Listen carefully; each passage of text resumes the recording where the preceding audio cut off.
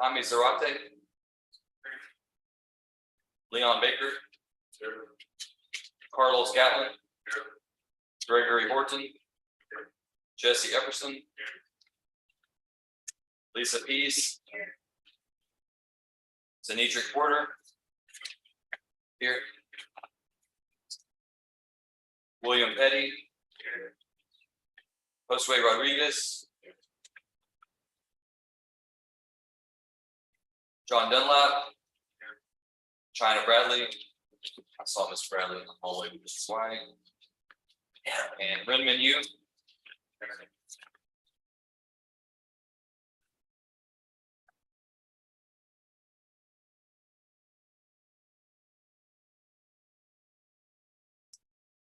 All right, is there anyone whose name I've not called?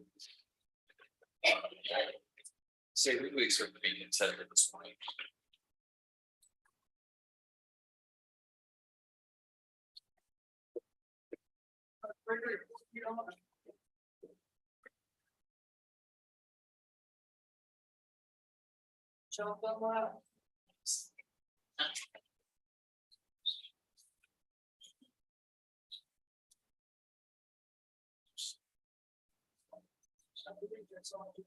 You have some pleas this morning.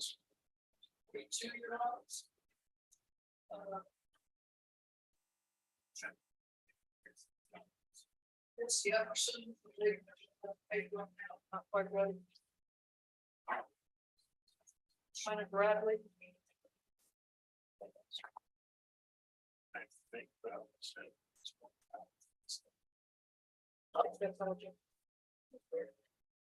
Let's see, Mr. Abraham, you asked Mr. White to step in, so we need to make an announcement on Raymond Hughes, so I can get mine from her. All right. Oh, never mind. Last time I saw you were out there, so I think you're still out. All right. Let's go ahead and get to Mr. Yu, I'm gonna have to sit you out after Mr. Abraham without you.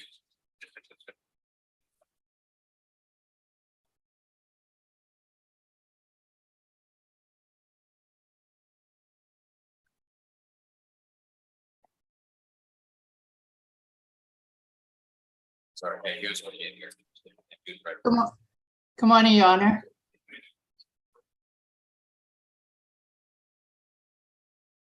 Good morning, Your Honor. Can you hear me?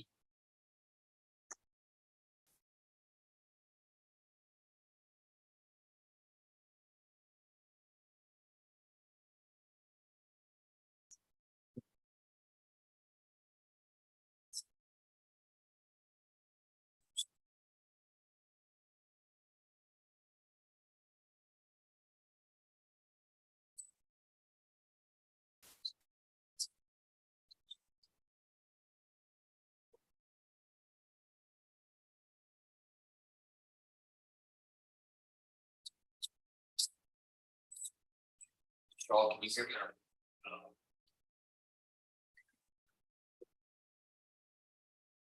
Shaw, can you hear me?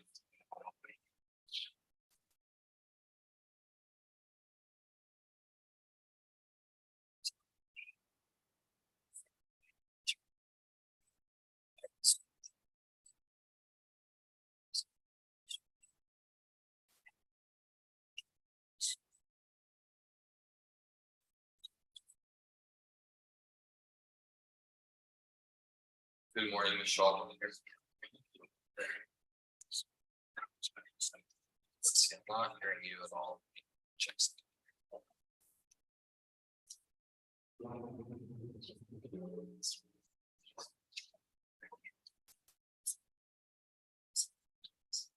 Okay, can you hear me? Can you hear me, Shaw?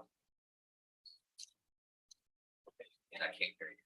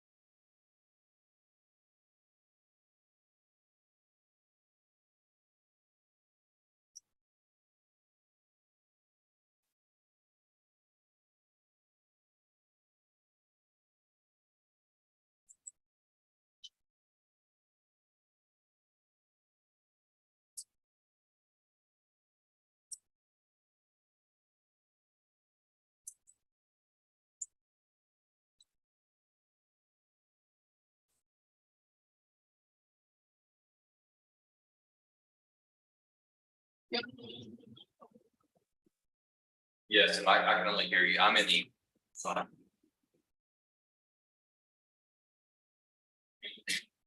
Okay, excellent. All right, good morning, Ms. Shaw. Thank you for joining us. If you'll go ahead and state your name and your license number for the record.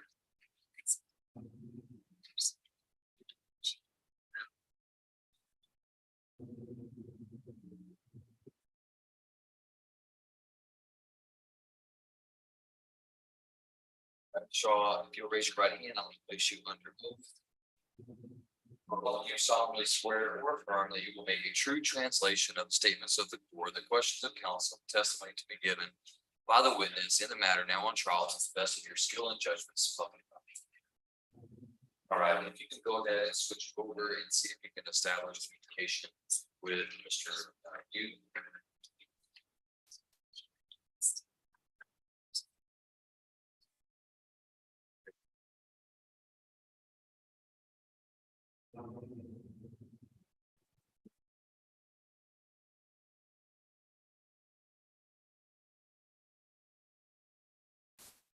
Right there.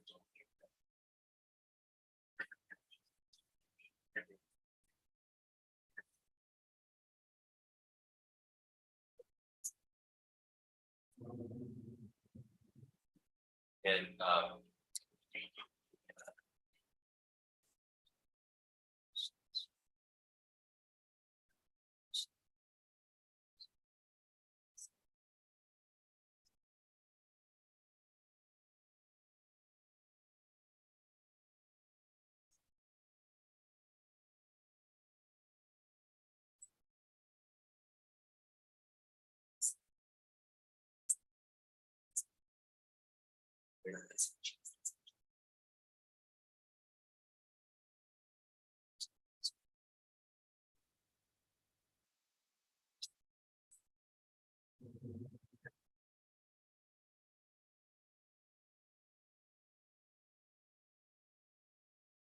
yes, his microphone has to be muted in Zoom, otherwise it creates a feedback loop.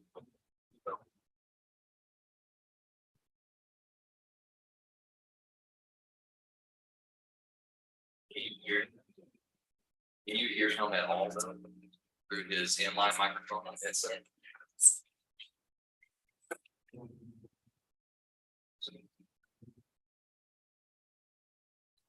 Can you hear Mr. Yu at all though through his inline microphone? You can.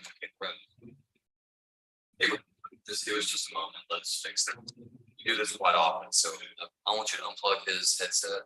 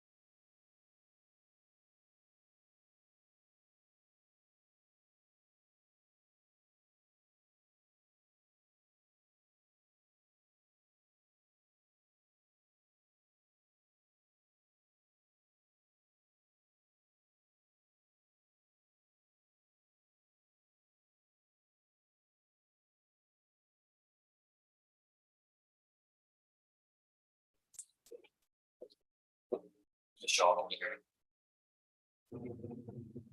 I went flip over to the Chinese channel. So here. Have him say something.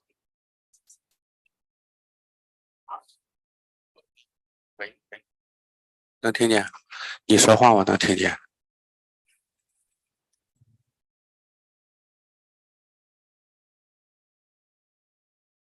Okay, all right. And you just have to make sure that you switch between channels if he's talking. All right. The court calls call number CR 23-00070, State versus Redmond U. Court finds that this was set on the docket for, I believe, docket or actually evidentiary. Yes, sir. We had set it for an evidentiary hearing. State filed a motion for continuance on that. Their officer's unavailable. Obviously, we need the officer here. So that's what we set it. I wouldn't know to the court. I mean, my client didn't apply. So he's got a trip. If we set the case for August 24th, that y'all consult with the officer and make sure the officer's gonna be available before we reset. Yes, Your Honor. All right, Mr. Wise, give me, comments on August 24th, that's the next evidentiary hearing. I will be here. All right, and the court has already granted, state court grants the state's motion for continuance, court will set this for evidentiary hearing on August 24th at 9 AM. And I believe the court has already scheduled Ms. Shaw again for that same day, so she will be available for us.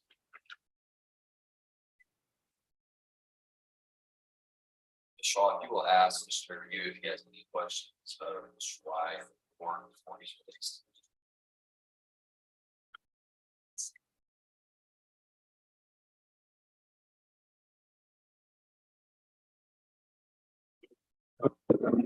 暂时没有。All right, thank you, Mr. Yu. We'll see you back on August 24th.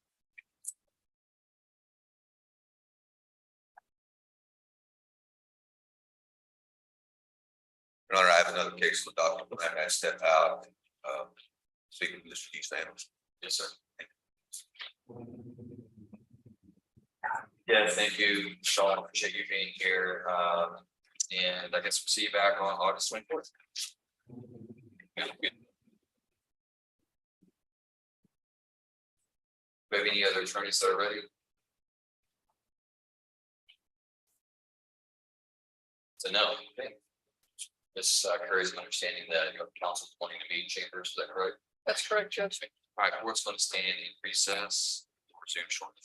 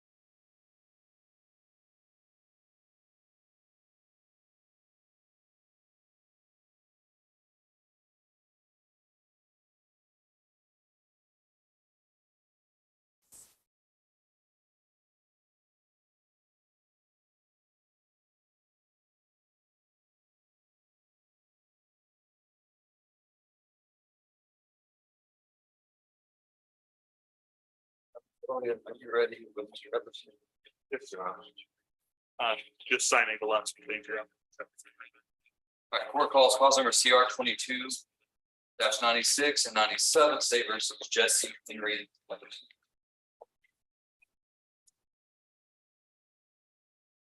Mr. Everson, if you'll raise your right hand, and place your oath. Sir, you swear that the testimony you give in the court today is the truth, the whole truth, nothing but the truth, so help you God. Yes, sir.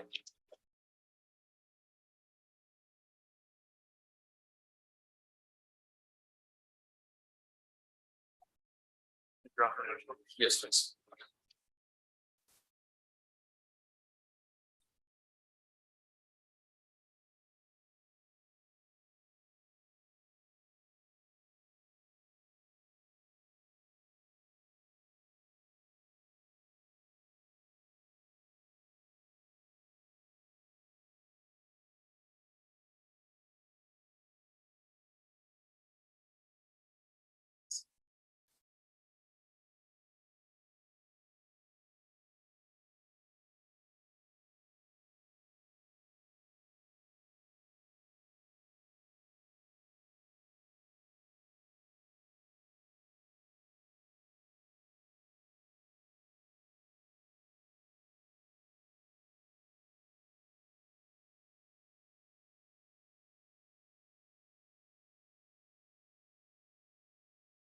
Elliot. Miss Curry approaches. Which I think she's outside. Please.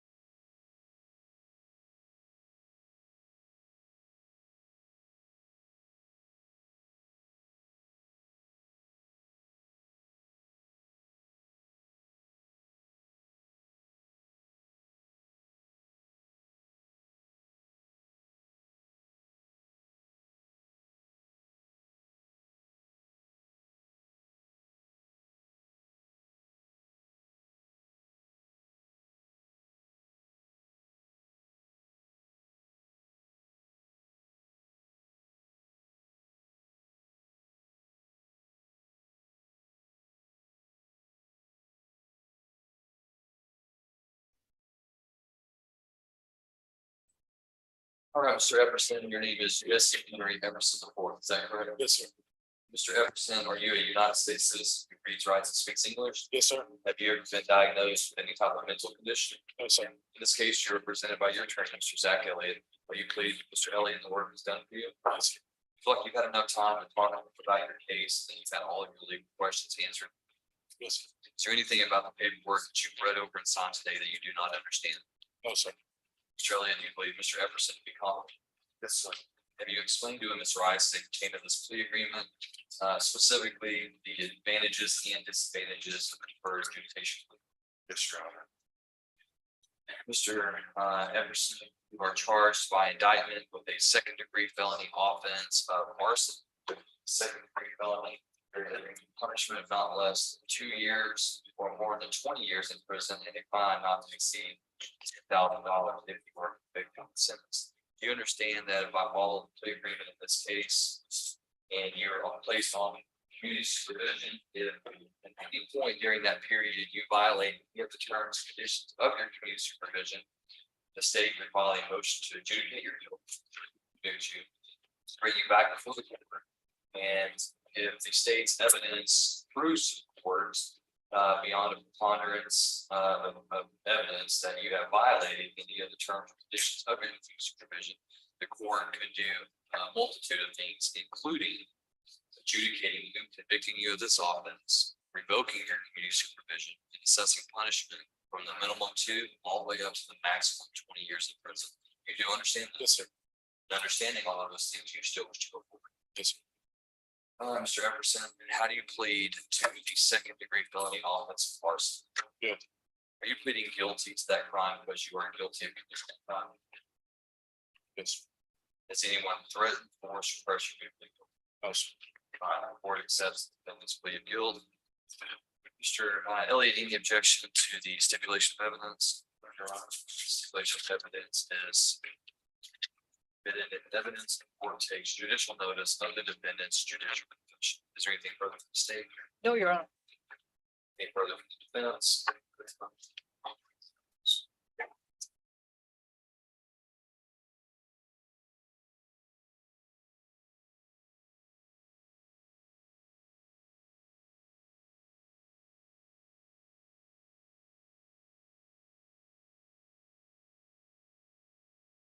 All right, the court has reviewed the stipulation of evidence. Court finds sufficient evidence to convict Mr. Everson of this offense. Court finds that the recommendation from the state is to defer a finding of guilt, to place Mr. Everson on 10 years community supervision, assessment of a $5,000 fine, restitution of $1,476. Court costs of $290, reimbursement fee of $90. Court also finds that the recommendation is for Mr. Everson to be placed on the mental health caseload. And as a specific addition of community supervision, have no contact with the victim of this case or her family. Based on the recommendation of the state, the court will follow that recommendation. Those sentence as previously stated.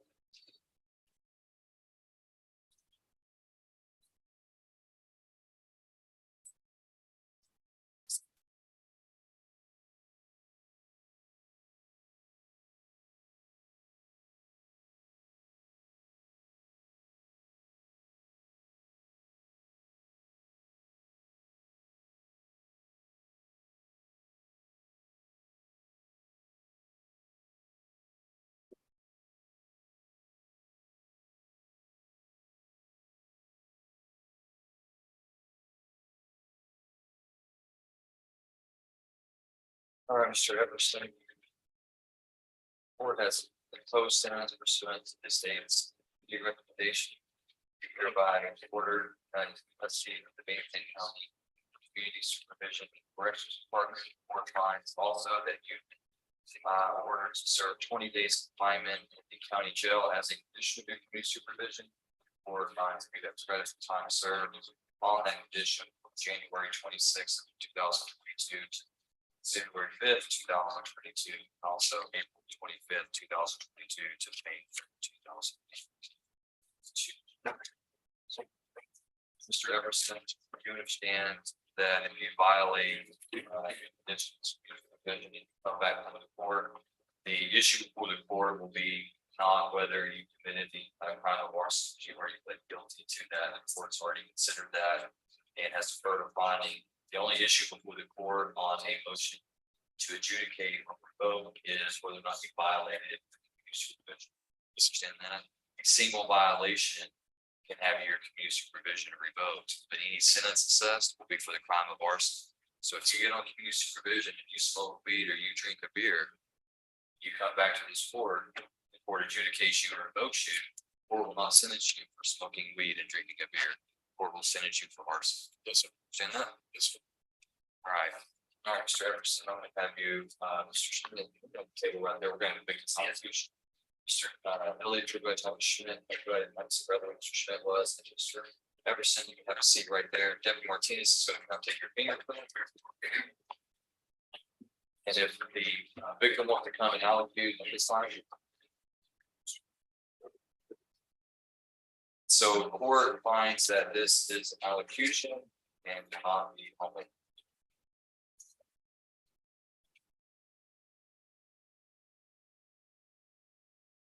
Yourself. That chair moves around, so make yourself comfortable. Oh, thank you.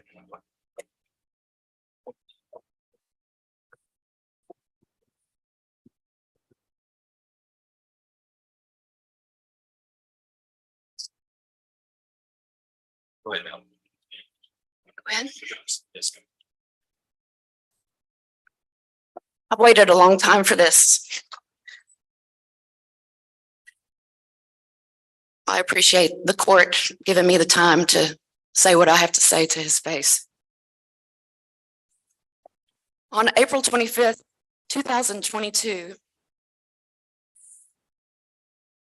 when they found you in Fort Worth and arrested you, I thought, wow, what a birthday present for the both of us. I just knew after you fled and after all of the evidence, they were going to lock you up until trial and then lock you up afterwards. Tomorrow, it will be exactly 1 year and 6 months since you committed these violent acts. Almost 7 years ago, I got a second chance at life. You have taken up a precious 1.5 years worth of time and emotions and stress and blood pressure in my life that was almost cut very short. I may not ever be able to forgive you for that. I chose not to show up at the hearing this past April when I thought this was going to be over. I knew you were going to be free to walk out of here, and I was terrified that you or one of yours would come after me or my family because you were mad that you got caught this time. I'm glad I got another chance, because if I had chosen not to come, I thought I might feel like a coward like yourself. I am nothing like you. I'm a good person who stands up for what is right and what is wrong. I have a purpose. Your only purpose of being alive is to cause harm. I don't know you, but on December 24th, 2021, a family member brought you into my parents' home, and we welcomed you into our family Christmas celebration. We offered you food, drinks, entertainment, and kindness. 1 month and 2 days later, you disrespected my family and myself in a way that is terribly violent and traumatizing. Besides murder, this is the worst thing that you could do to another human being. You burned my house down and destroyed everything that I own. You set fire to everything that I've worked for my entire life, as well as things that belong to my parents and their grandparents. You destroyed the place where I lived, my shelter and my home. You took away our belongings, but more importantly, You took away our ability to ever believe that we are ever completely safe in our own homes.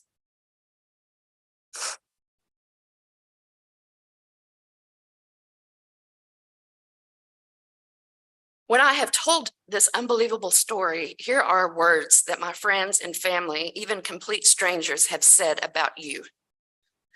Soulless, evil, subhuman, criminal. These are words that will always be used when anyone speaks of you. First of all, I'm not even doing this for you. I can't even look at you. I don't expect you to comprehend in any way what you have done or what you have really taken from us. You have no clue of what we have been through, what we have had to do, the trauma, the money, the time that we've had to spend due to what you did. Whatever your plea is, I've never received an acceptance of guilt from you. I've never received a letter of regret from you. I've never heard, I'm sorry. Are you going to try to make this up to me now? Are you going to undo what you did? Are you going to bring back my precious home and my family's heirlooms? It's impossible.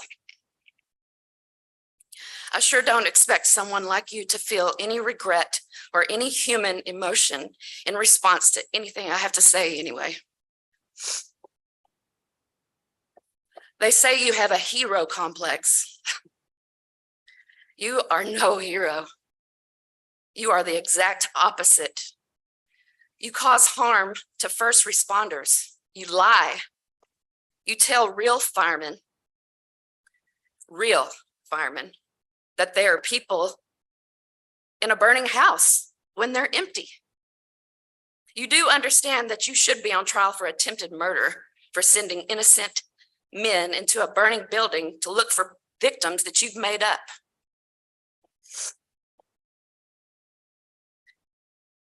There's one where you should be convicted.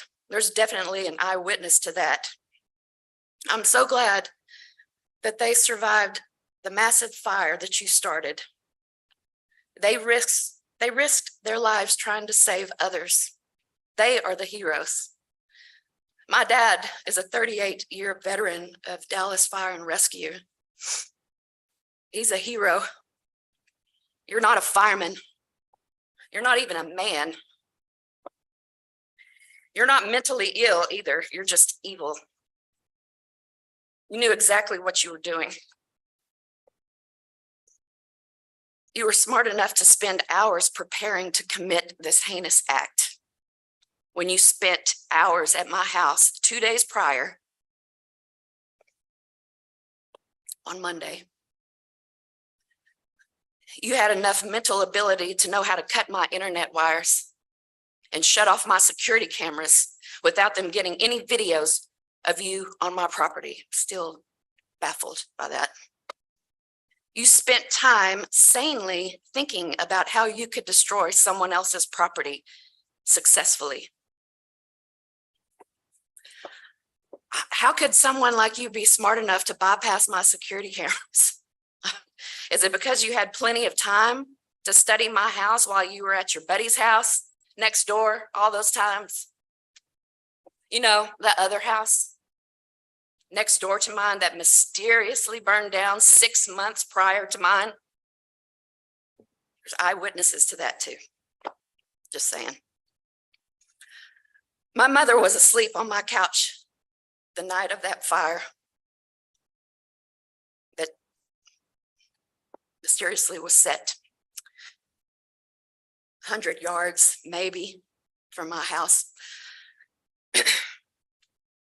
Lucky for everyone that it didn't drift over a few yards to my house on that night. What if these fires got out of hand? What if mine had got out of hand and the firemen were too busy at the other fire that you sat that night? What if it killed Mr. and Mrs. Hubbard, my neighbors, my other neighbors?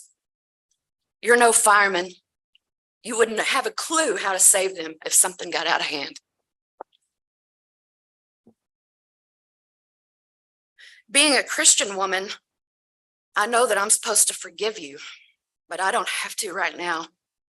And I don't ever have to fully. Forgiving someone who terrorizes you, forgiving someone who is capable of doing it again, is just too hard for me to do right now.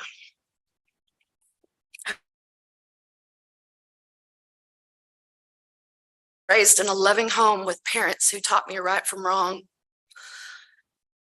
I was raised in a home where there was always friends, family, joy, and music. You must have been raised by wolves. Your actions are worse than those of a wild animal. Because that is what you are. No one is safe until you're behind bars. No one is safe until you're caged like the animal you are. You are the boogeyman. You are the demon in kids' nightmares. You're the big bad wolf who comes in the middle of the night while you're sleeping and burns your house down.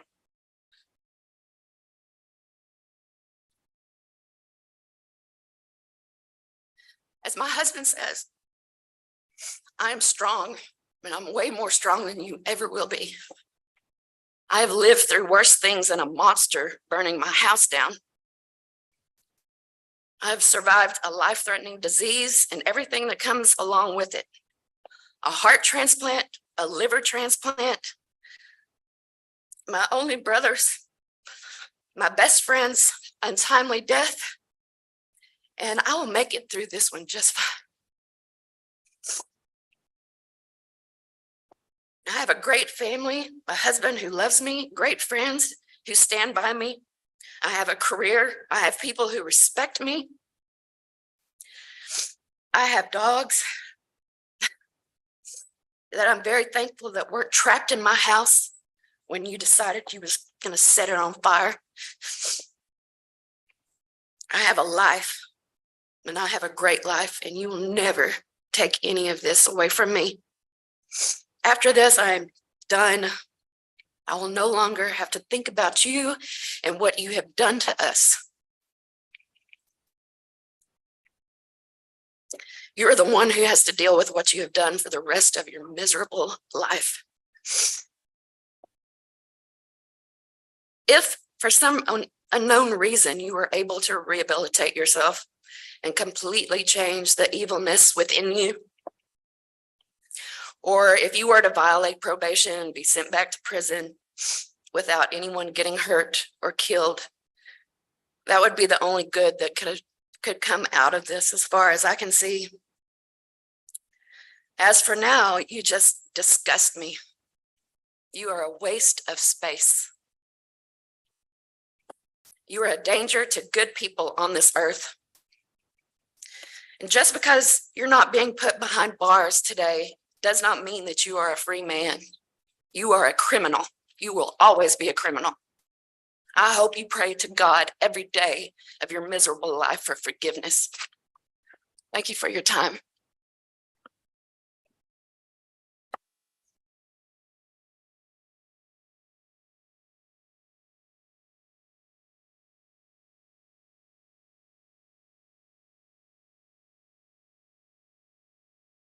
All right, Mr. Everson, you hereby remain into the custody of the probation department so they carry out the terms and conditions of the sentence. Have you step over here to meet with his officers to give you information on what's next. Great. Sir.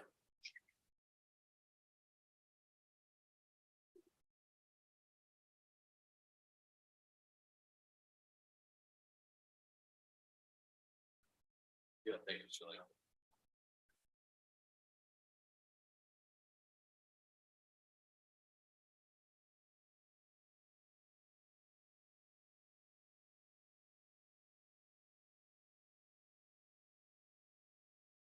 Any other pleas that are ready? Yes, Your Honor, Miss Bradley. Sure. No one wanted.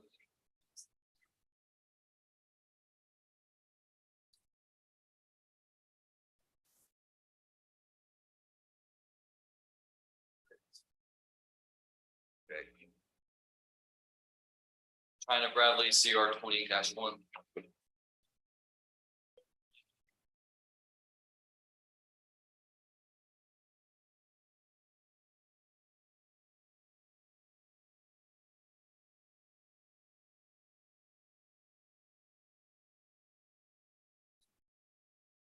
All right, Ms. Bradley, if you'll raise your right hand, please.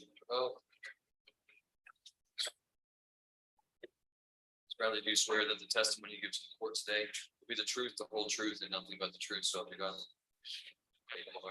Make sure you speak up loudly.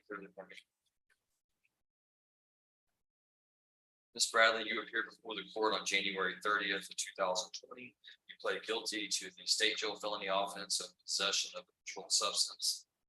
At the hearing, the court found that there was enough evidence to substantiate your guilt. The court followed a plea agreement on that day between you and the state. Upon your plea of guilt, the court deferred the finding of guilt, placed you on 2 years of deferred community supervision and assessed a $1,000 fine. It was during your probationary period that the state filed its motion to adjudicate in October of 2020. And in that motion, they alleged 8 counts of various violations. Have you had a sufficient time to review that motion with your attorney, Mr. Nolan White? Are you happy with Mr. White and the work he's done for you? Yes. Do you have any questions about any of the paperwork that you've read over and signed here today? I see that there's a plea agreement in this case to resolve your motion to adjudicate.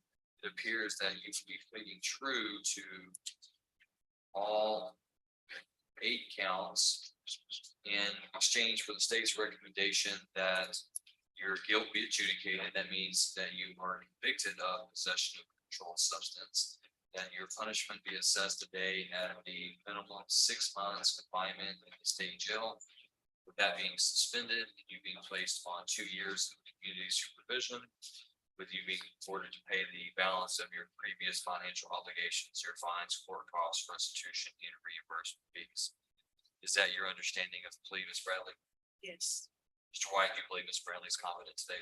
Your Honor, I believe Ms. Bradley is she understands the proceedings that are being used here today.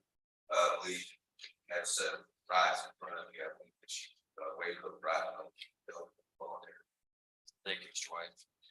Ms. Bradley, at this time, I'm going to ask you, how do you plead to counts 1 through 8? Are those counts true or not true? True. And are each one of those counts, you're telling me that those are true because the fact of what is alleged is true? You're not just saying that so that you can get a certain plea. Is that right? Yes.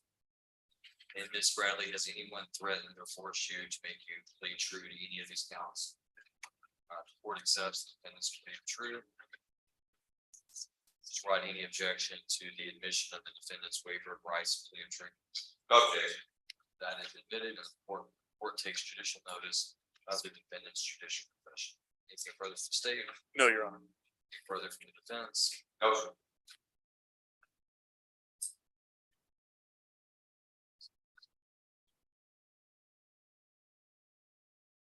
All right, Ms. Bradley, before I go any further, I need you to tell me, why should I put you back on probation? I've already placed you on probation, and I've already given you orders. You violated those. And the state seems to think that you can comply. Tell me, why is it that I should give you another chance rather than just sending you to prison today?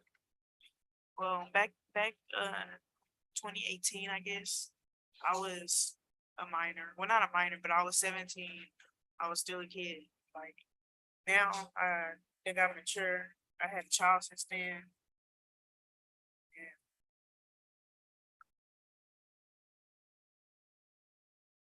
Are you through smoking marijuana? Yeah. It says here you were smoking weed, you weren't paying, you weren't doing your community service, weren't taking your classes. You're telling me that you're not gonna be smoking weed anymore, you're gonna be responsible, you're gonna pay your supervision fees, you're gonna pay your analysis fees, you're gonna do your community service, you're gonna report. You're gonna do everything that you're supposed to do to comply with all of these orders. Is that right?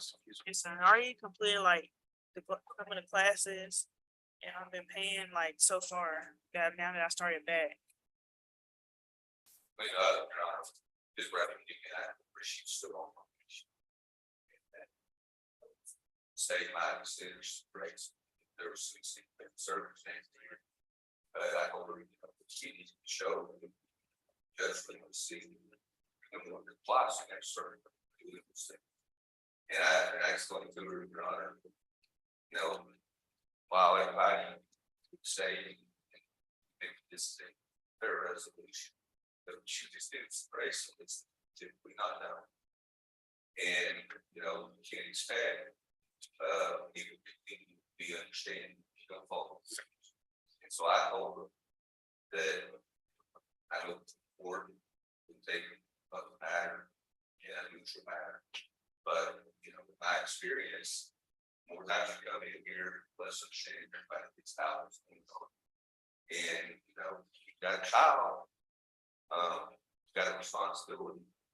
And, you know, this is not gonna be the easiest thing, but it's something that she can use, turn around, and use as easy tool for, you know, parenting, whatnot. But she has to take advantage of it. She doesn't. She's gonna find herself, of course, has no valid or, you know, since she's 6 months or 5. And that's not a way to start off life. Thank you, Mr. Ryan. Did you hear all that, Ms. Bradley? It's well spoken. He knows what he's talking about. You're telling me if I approve this today, I won't see you again. The next time I see your name, so the probation department hands me a piece of paper and they say, Ms. Bradley's done everything that she's supposed to do. She's off of probation. So the next time I want to see your name. And what happens if you screw up? Going to jail. Go to prison. How old is your kid? 15 months. 18 months. And if you screw up, you're gonna lose 6 months of your life. Understand that? Do you know how much a baby changes in 6 months? How many kids do you have? One. So you don't know. Let me tell you, babies change a lot first 2 years of their life. Think about it. They go from not even being able to hold up their head to running around and climbing in coffee tables. You want to miss all that? Do you want to come out of prison and your baby not even know who you are? I want you to be thinking about this while you're on probation. I'm going to give you another shot at this. Thanks. All right, the court finds that Ms. Bradley has violated the terms and conditions of her community supervision. Court is going to follow the plea agreement today. The court adjudicates her guilt for possession of a controlled substance, under Group 1, less than 1 gram. Assesses her punishment at 6 months confinement in the Texas Department of Criminal Justice State Jail Division. Court suspends that sentence, places her on 2 years community supervision, orders her to pay the balance of financial obligations.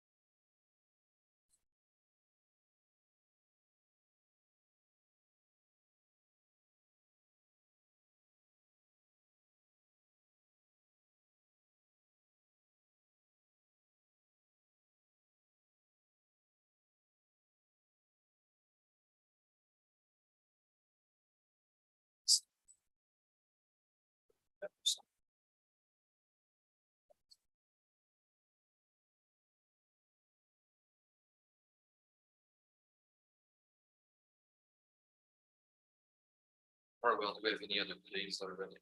I don't believe so, Your Honor.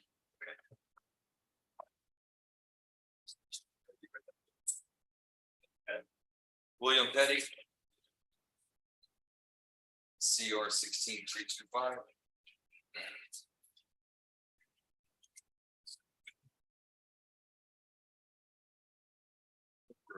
Second, Mr. Petty's motion to vote status of compliance. That's great.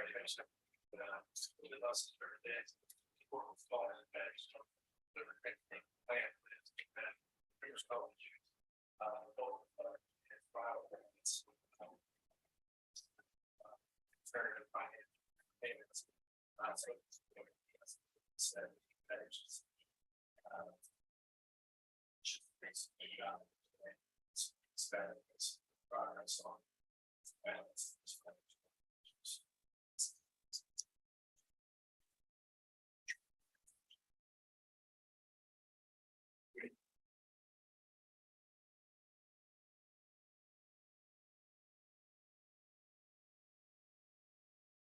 First one we said, Mr. Petty, so August 24th. So another status of compliance.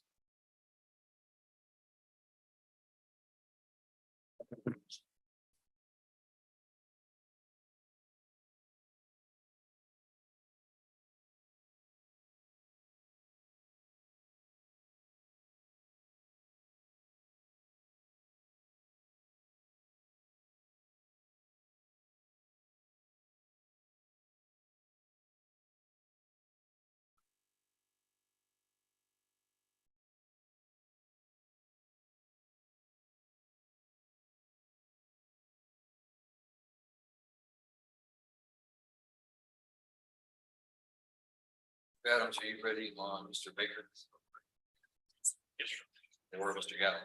Yes, sir. Which one do you want to go with first? Are either one of these going to be, is Mr. Baker going to be consensus evidentiary? Okay, what about Mr. Galvin? Just set me off. Yes, sir.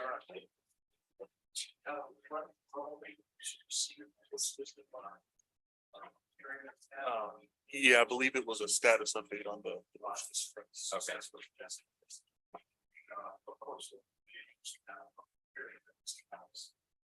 Okay, that's correct. This was the use passenger and search the vehicle. Okay. All right, I'm gonna resend Mr. Gatlin this to, I've not had a chance to complete that, so I'm gonna resend that to August 24th. Or to, that also that job call. I'll have the review. For Mr. Carlos Gatlin. So Mr. Gatlin, here, Mr. Gatlin, come on. Mr. Baker, you can have a seat right there, that's perfect. Mr. Gatlin. Sorry, I kind of took those out of order.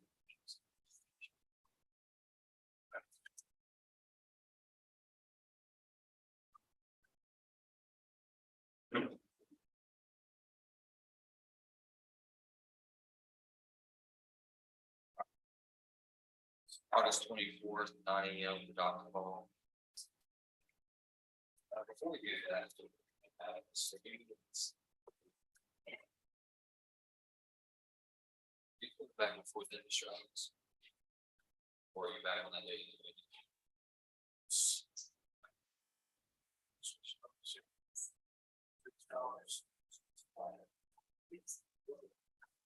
Our pitch on the day that you're already here, if we could do that, save you a day.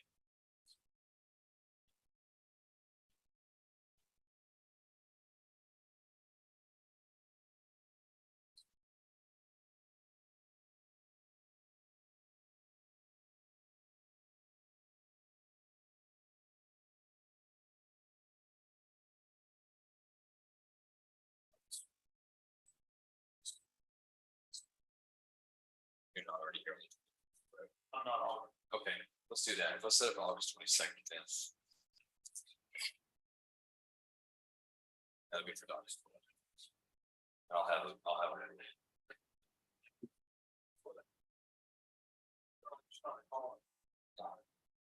Sure. CR 21-288. Yes. Mr. Gallo, once you sign. Thank you.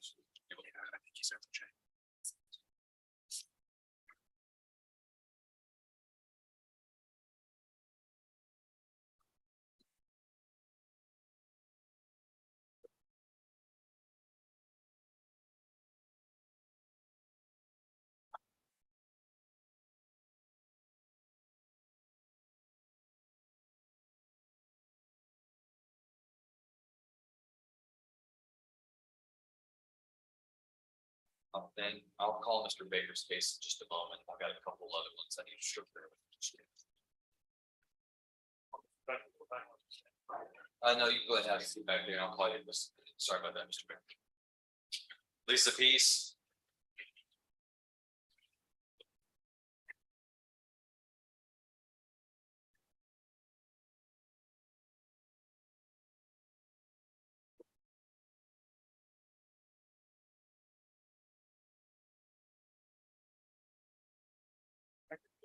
You called him? Yeah, he said he was he was gonna do a reset. Have you talked to him today? Yeah, he's sick, still sick. This case, I think we're at an impasse. I don't know what he had. I said, I think we are at an impasse, you and I. I have a lawyer. I do. I figured he'd have someone here.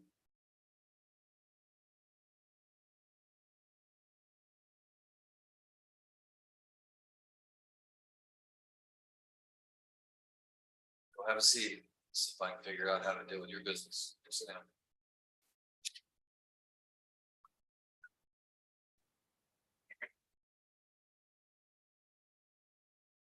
So need your reporter.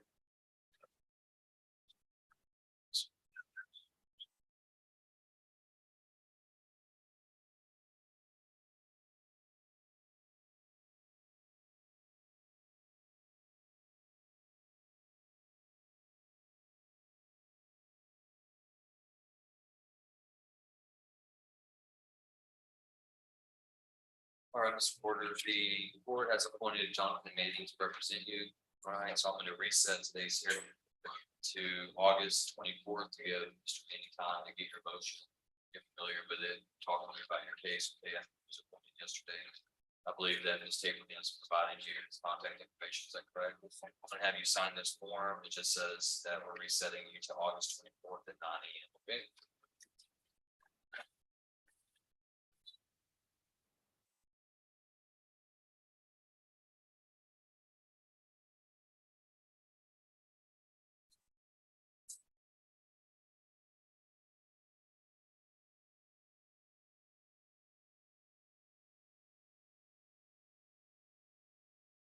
Ms. Porter, I want you to check in with probation before you go, okay?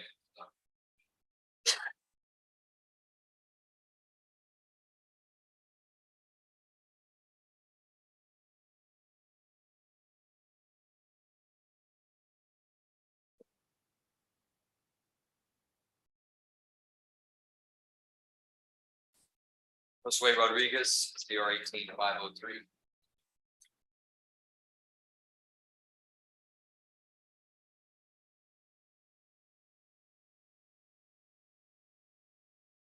All right, Mr. Rodriguez, your attorney, Mr. Mercedes, is in trial over in Coffin County. He's not going to be here. The state has filed a motion to withdraw your motion to adjudicate. And they want to extend you, not extend you, place you back on community supervision. Is that correct? Yes, Your Honor.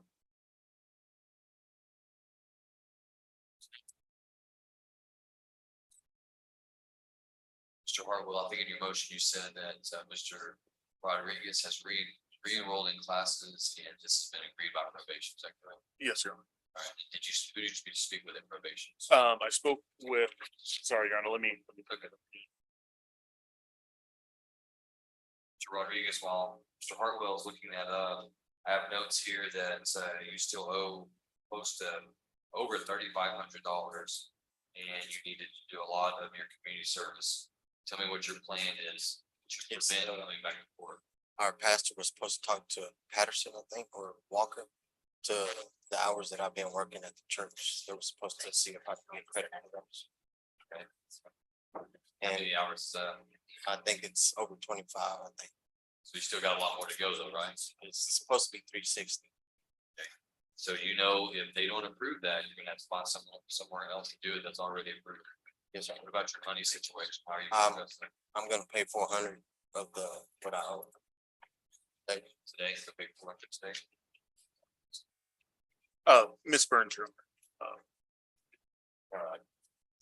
All right, so court, finding that the state's filed a motion to withdraw the state's motion to adjudicate appeal, the court will grant that motion. Place Mr. Rodriguez back on community supervision. Mr. Rodriguez, I order you to go over today and pay your $400 that you said that you're gonna do, meet the probation officer, stay on top of getting your community service taken care of. If you fail to do that, you're getting that back. You understand? Yes, sir. All right, you're free to go. Thank you.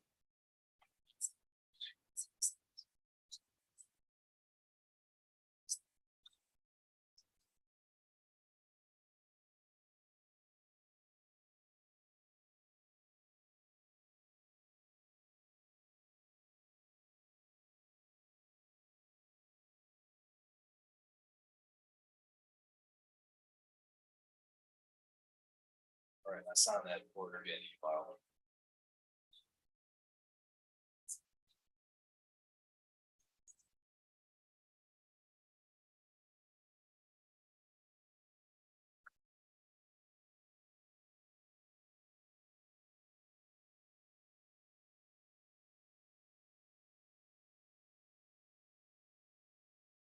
It's great. Is there any announcement for Mr. Sabate? He was pro se, I believe, on the motion for this. Yes, Your Honor, I believe we're going to play right now. and then we'll have it. All right, are we ready to move forward on Mr. Biggs' case? Yes, Your Honor. All right, so just so I understand, so we'll go with Mr. Wood. Then we're gonna have test hearings on Mr. Adams' client, Leon Baker. We're looking at that one now, Judge, to see what's been filed. And then Mr. White on Mr. Biggs. If you're ready, if you bring your client up. All right, Gregory Dominique Horton, CR 2399.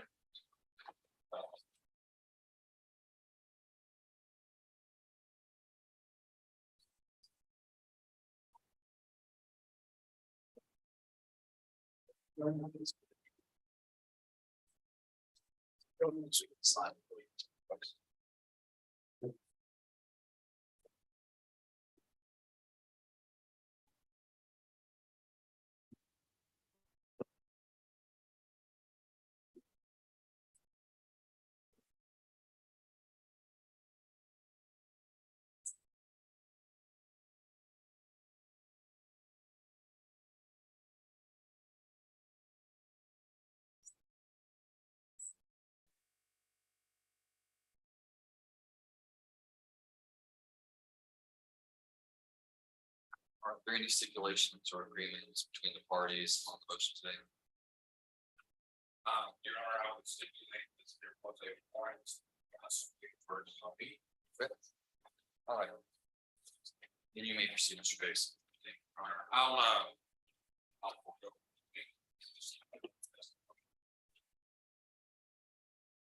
the background judge, I filed a pre-trial motion. Person, whereas, I think it would be during the basis of that suppression, like begin with testimony, evidence regarding the search warrant that was executed on March 23rd, 2023. And I'll offer a copy of the affidavit to the press. With that, we call Officer Andy. All right, Officer Garza.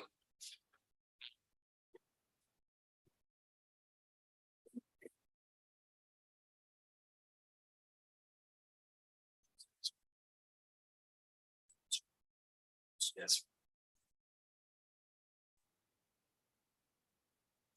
How you doing? Got better days. Yes. You raise your right hand. Officer Garza, do you swear that the testimony you give to the court today will be the truth, the whole truth, and nothing but the truth? So we got. Yes, sir. Take your time.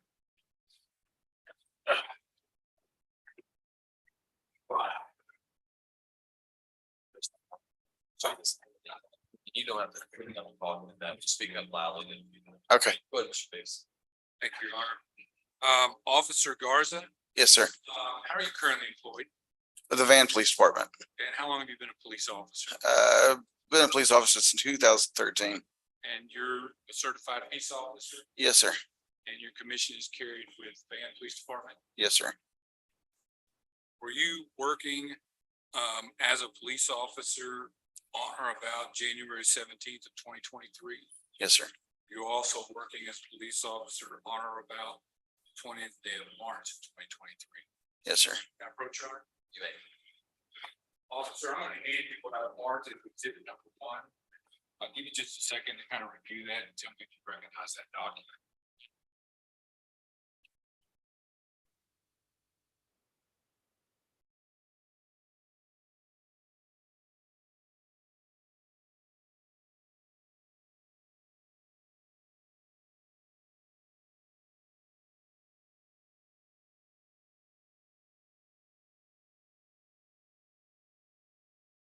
It's the search warrant. You do recognize it? Yes, sir. Is your signature fixed on it anywhere?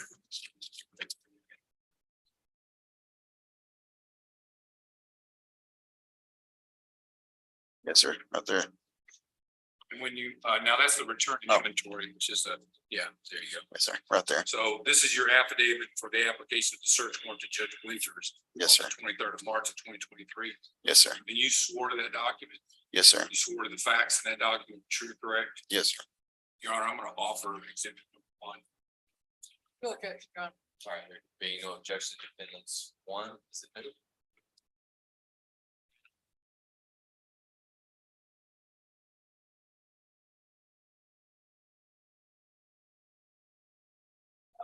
Where's your mission? That's fine, just leave it here for a moment. I think I have a copy. I'm going to let you, I don't want to. You can have this officer first. I'm You can step over. also guards if you don't have to talk. I'm going to ask questions about it, and I want you to be able to reference it. Yes, sir. My first question to you has to do with, what the things, you're aware that when you apply for a search warrant, there are certain legal requirements, correct? Yes, sir. You have to have probable cause to believe that a crime is being committed first, is that right? Yes, sir. And then secondly, you have to have probable cause to believe that evidence of that crime is located at a particular location that you want to search. Yes, sir. And that items you want to seize are evidence of the crime that you allege took place. You understand all those concepts? Yes, sir. So in section 2, you list a few things there. One is a body armor. Second is a .40 caliber Glock pistol. And then you also list some things like marijuana and other items used for the manufacture of narcotics. Is that all correct? Yes, sir. So that was the things you were looking for that you believed were evidence of a crime. Is that correct? Yes, sir. Now, I want to ask you, and I know I'm putting you on the spot, so please understand that I'm not expecting a verbatim answer, but can you generally tell me what your understanding is of the crime and its elements of possession of body armor by a convicted felon? What are those elements of that crime? Anybody who is considered a convicted felon cannot possess or own metal or any type of body armor.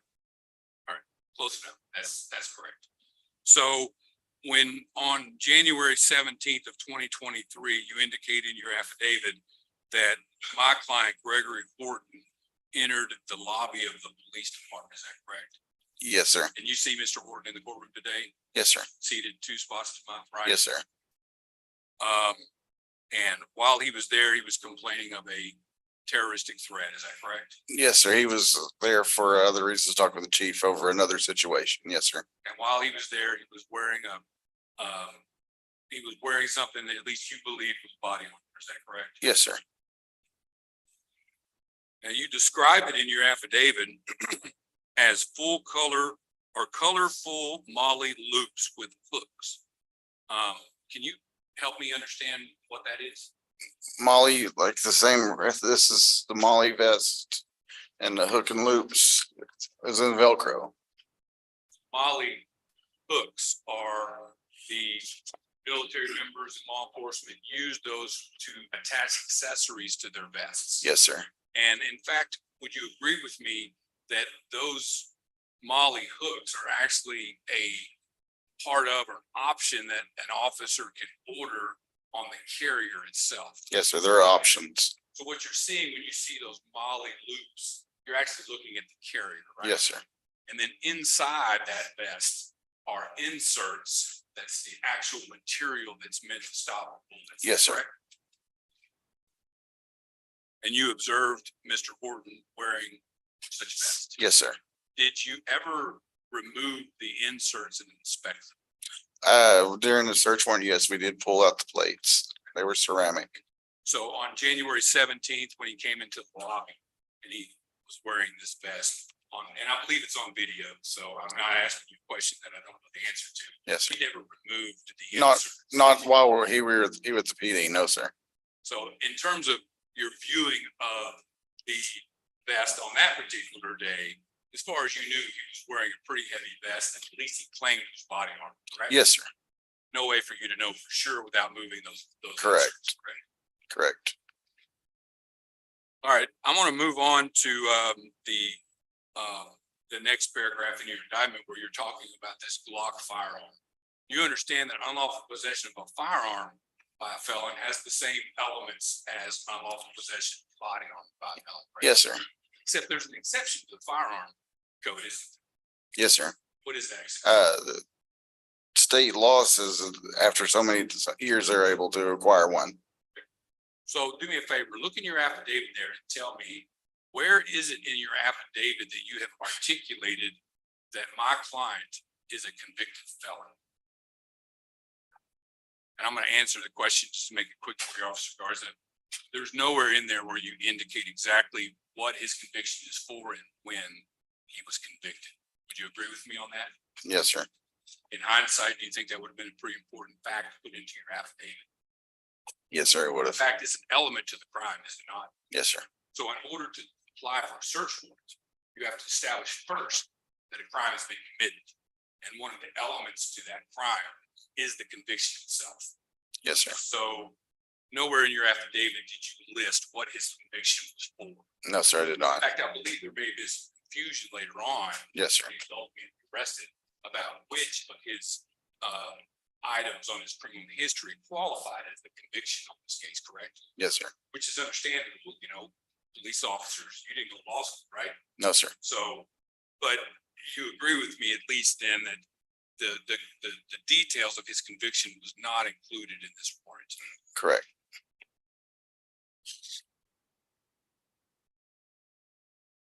Let me ask you about Fire Marshal Jeff Hutchins. You know that individual? Yes, sir. It says that on 2/8/2023, that he wrote a supplement based on a contact he made back in December of the previous year. Is that correct? Yeah, yes, 2021. And it's, True. feel free to refer to the affidavit if you need to. Um, It's the last paragraph of your affidavit.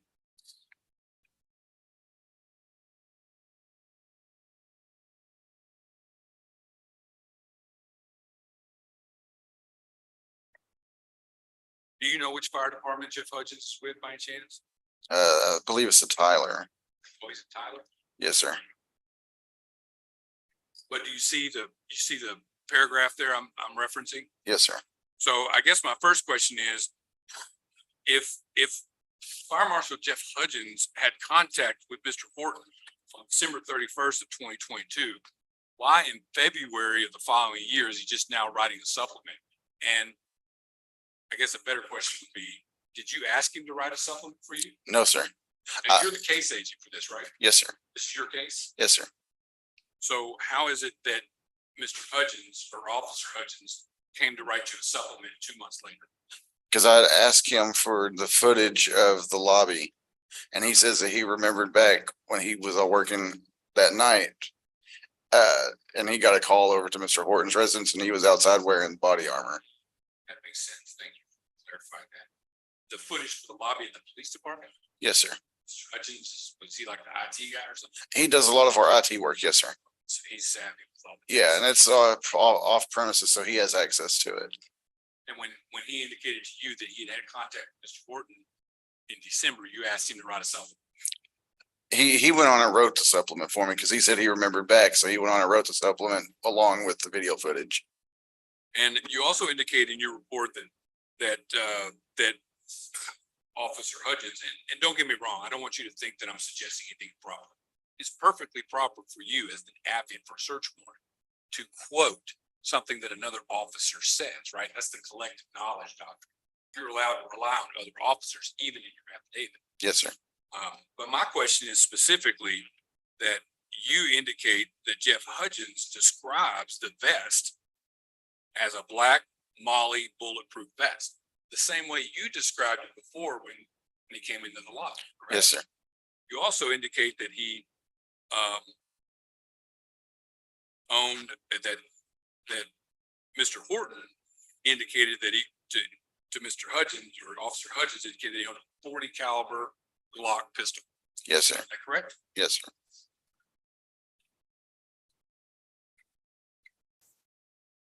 Now, Officer Hutchins wrote a supplement and then delivered that supplement to you. Yes, sir. Were you relying on the supplement when you drafted this affidavit, or were you relying on something that Officer Hutchins told you? Do you remember? No, sir. what's began on my part was when he came into the lobby and he pulled up his shirt showing the body armor. That's when I started my investigation. And I'm referencing specifically with the information that you acquired from Officer Jeff Hutchins. Yes, sir. Okay.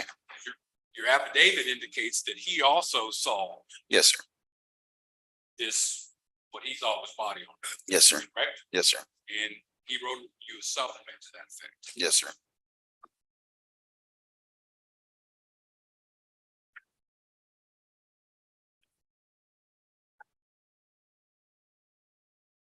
I approach you. Now, I'm gonna hand you this document, I'm gonna concede to you, likely won't recognize it, but if I were to hand you that and give you a chance to review it, and if I represented to you, that was, Officer Hutchins supplement that you had requested to write, the one that he wrote after y'all's conversation, do you agree with me that that's the supplement?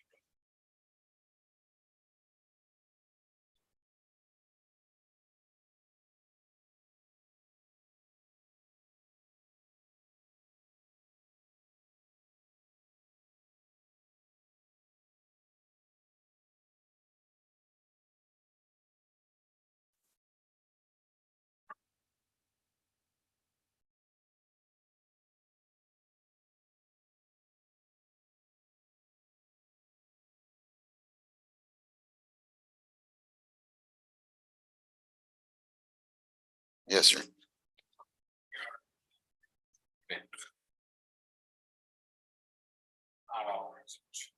The objection, No objection. Your Honor. there being no objection, defendants two is admitted. I'm gonna let you hold on to exhibit 2 real quick too, before we give it to the judge. Tell me, after reviewing exhibit number 2, is there anything in that supplement that references this vest as being a Molly vest?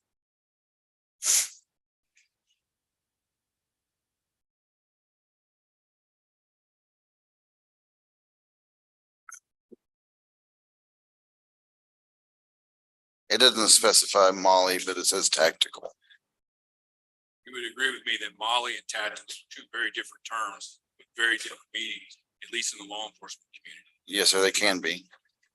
Also, can you look in that supplement and tell me if there's anything in there that references a 40 caliber Glock?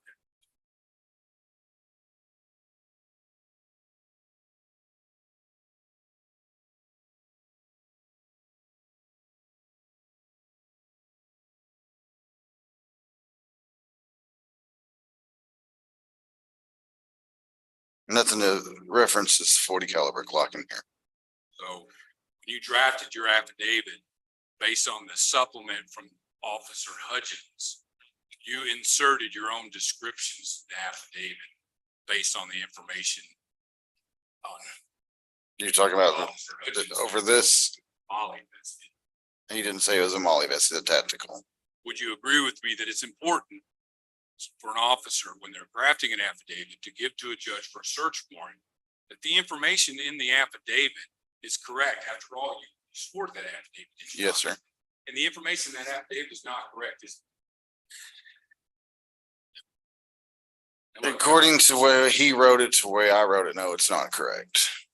I'm not disputing, be clear, Officer Carson. I'm not trying to pin you down. There's no trick questions here. I was a police officer for 10 years. I appreciate the job. So I'm not trying to trip you up. I recognize that you saw a Molly vest. I'm just saying that based on Officer Hutchins' supplement, you can't necessarily say if what Officer Hutchins saw is the exact same Molly vest that you saw, correct? Exact same one. May I clarify? After when he brought me this, he brought me his body cam footage as well. So I watched the body cam footage and it was showed him wearing the vest and him saying he had a Glock 40. So you recognize the same vest? Yes, sir.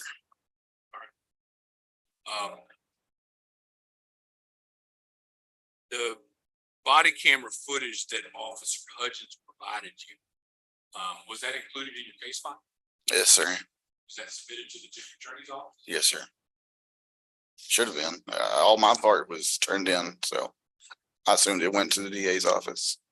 Now, and you say in this body camera footage of Officer Hudgens, Mr. Horton indicates it's 40 caliber Glock.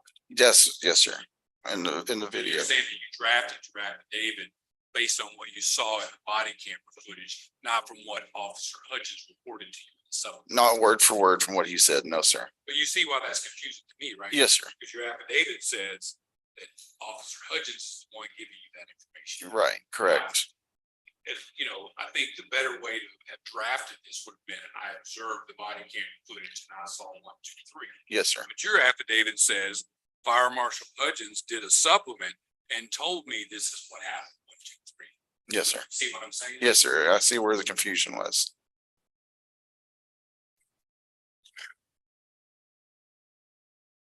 Still though, even based on your review of the body camera footage, Officer Hudgens never pulled the inserts out of the vest, did he? No, sir. Nobody ever saw what the inserts looked like.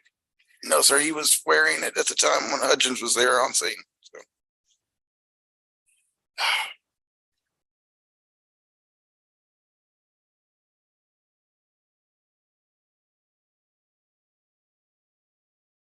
Did you ever run Mr. Horton's criminal history? Yes, sir. And in terms of the Glock 40 caliber pistol and him possessing it at home, do you have an opinion as to whether or not that's a crime? We did not charge him with the gun. Because it's been 5 years. Yeah, it's been over the time limit, so we did not charge him with the weapon. Where in this affidavit is there anything about drug activity? I noticed in paragraph 2 of the things seized, the things you're asking to seize evidence pertaining to the crimes. One of the things you list there is marijuana, violations of health and safety code penalty group 1, 1A, 2, 2A, marijuana products, equipment used in distribution or manufacture of narcotics. Where in your affidavit are there any facts that suggest that Mr. Horton might have? I did not list any facts that goes towards that in the affidavit. Understand that it's not enough just to list, you know, hey, I think these crimes are committed. You've got to put specific articulable facts mounting a probable cause. Yes, sir. You would agree with me that you had no probable cause to search his house for drugs. Correct. I did not have anything in this affidavit. this affidavit. I did not have anything. Probable cause to believe that he committed a crime in terms of possessing a firearm because it's at his house and he's 5 years past at least what you believed at the time was his felony conviction. Yes, sir. You didn't put the felony conviction in the affidavit, so the reviewing magistrate would have no way to be able to conclude that unless you specifically list what that conviction was for and how old it was, correct? Correct. And then finally, you never pulled the insert out of any of the vests when he was there on the 17th, and Officer Hudgens never pulled the insert out when he was there in December 31st. So there's truly no way to conclude if that device was meant to stop a projectile from a firearm, correct? Well, we did not pull any of the panels, so. Officer Garza, I appreciate your testimony today. You're welcome. Thank you, Judge. Officer Garza, just so the folks understand, you've recently had some health issues, is that right? Yes, ma'am. And just got out of the hospital. Yes, ma'am. That's why you're moving a little slow and gingerly today. Yes, ma'am. I've just been in the hospital for the last 18 days. So Got out over the weekend, I think. Is that 3 days ago. 3 days ago? Okay. All right. So, and one other thing to clear up, Jeff Hudgens, he is a fire marshal in Tyler, like you said. Is he also work for the Van Police Department? Yes, ma'am.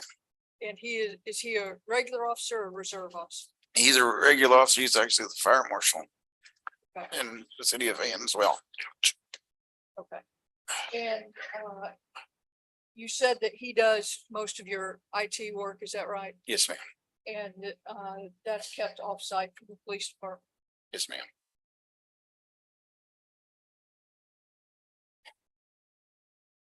Officer Garza, one of the things, so Mr. Biggs has kind of established that you allege in the search warrant affidavit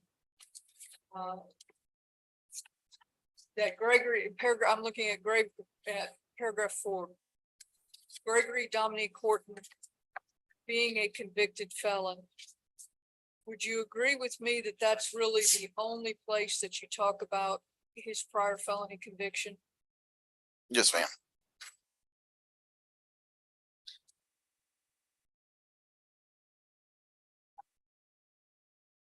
I also noticed, sir, that the date of this search warrant is March 20th of 2023. Was there anything specific that happened that prompted you all to get the search warrant on March 20th when it was January 17th that Mr. Horton came to the police department? Can you say that again? Sure. It appears to me, and correct me if I'm wrong, it appears to me on defense exhibit number 1 that this search warrant was signed on March 20th of 2023. Is that correct? Correct.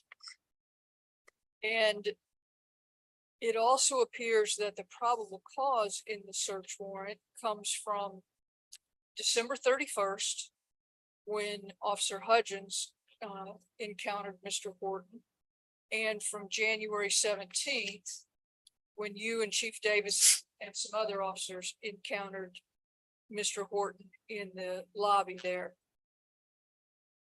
That's about a 2-month delay, and I'm just wondering what prompted getting the warrant after 2 months. At the time when he came in, we were working on another case. It was more time restricted. Okay. Was there any particular reason, any particular event that caused you to apply for this warrant on March 20th? We were trying to gather information from everybody, since a lot of times he's identified himself not as Gregory Horton, but as Dominique Horton. So there was a confusion in the system. But no particular action. No particular. But you would agree with me that the probable cause in the warrant, basically the latest date for anything that amounts to probable cause in the warrant was January 17th. Yes, ma'am. And this warrant, did you guys take it to the DA's office or have anybody review it outside your department before you submitted it to the judge? No, ma'am.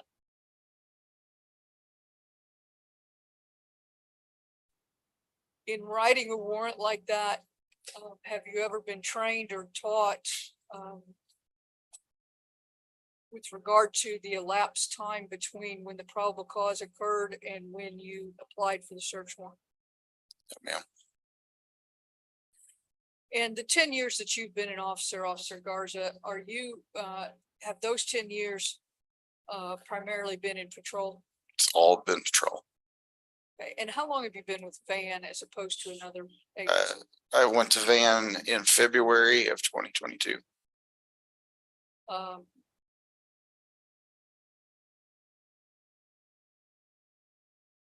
February of 2022?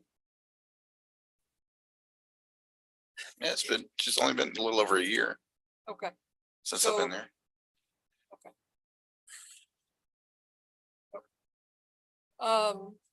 And before that, you were with Edgewood, is that right? Yes, ma'am. Fair to say that Edgewood's a pretty small department. Very small. Okay. You worked nights there as well, is that right? Yes, ma'am. And a lot of times you were by yourself and didn't have much command staff above you during your shift, is that correct? Correct.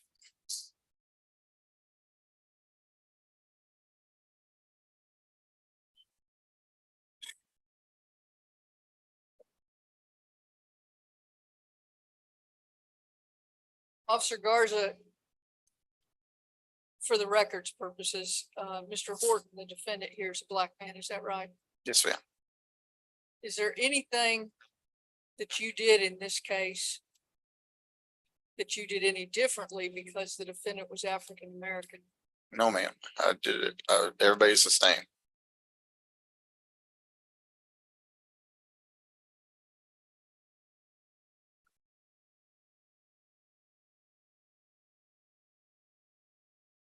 I'll pass the registration. Objection. Excuse. I would ask you to pay to be all of it. But I think just agree on me, I have response. Thank you, Officer Berger. You can step down, but you're not ready to go. Yes, sir.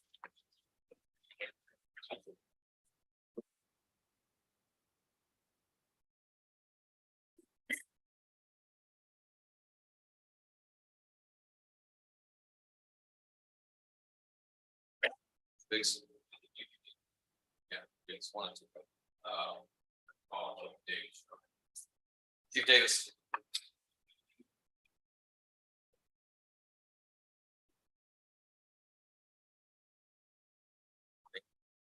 Raise your right hand. Ma'am, do you swear that the testimony you give to the court today will be the truth, the whole truth, and nothing but the truth, so help you God? I do. See? Speak up loudly and clearly, make sure we talk one at a time. The attorneys ask a question, let them finish. The witness is answering a question, let them finish before you ask the next one. If you're in any emergency vehicles, anything loud, let that sound pass. Before we continue. Okay? Yes, sir.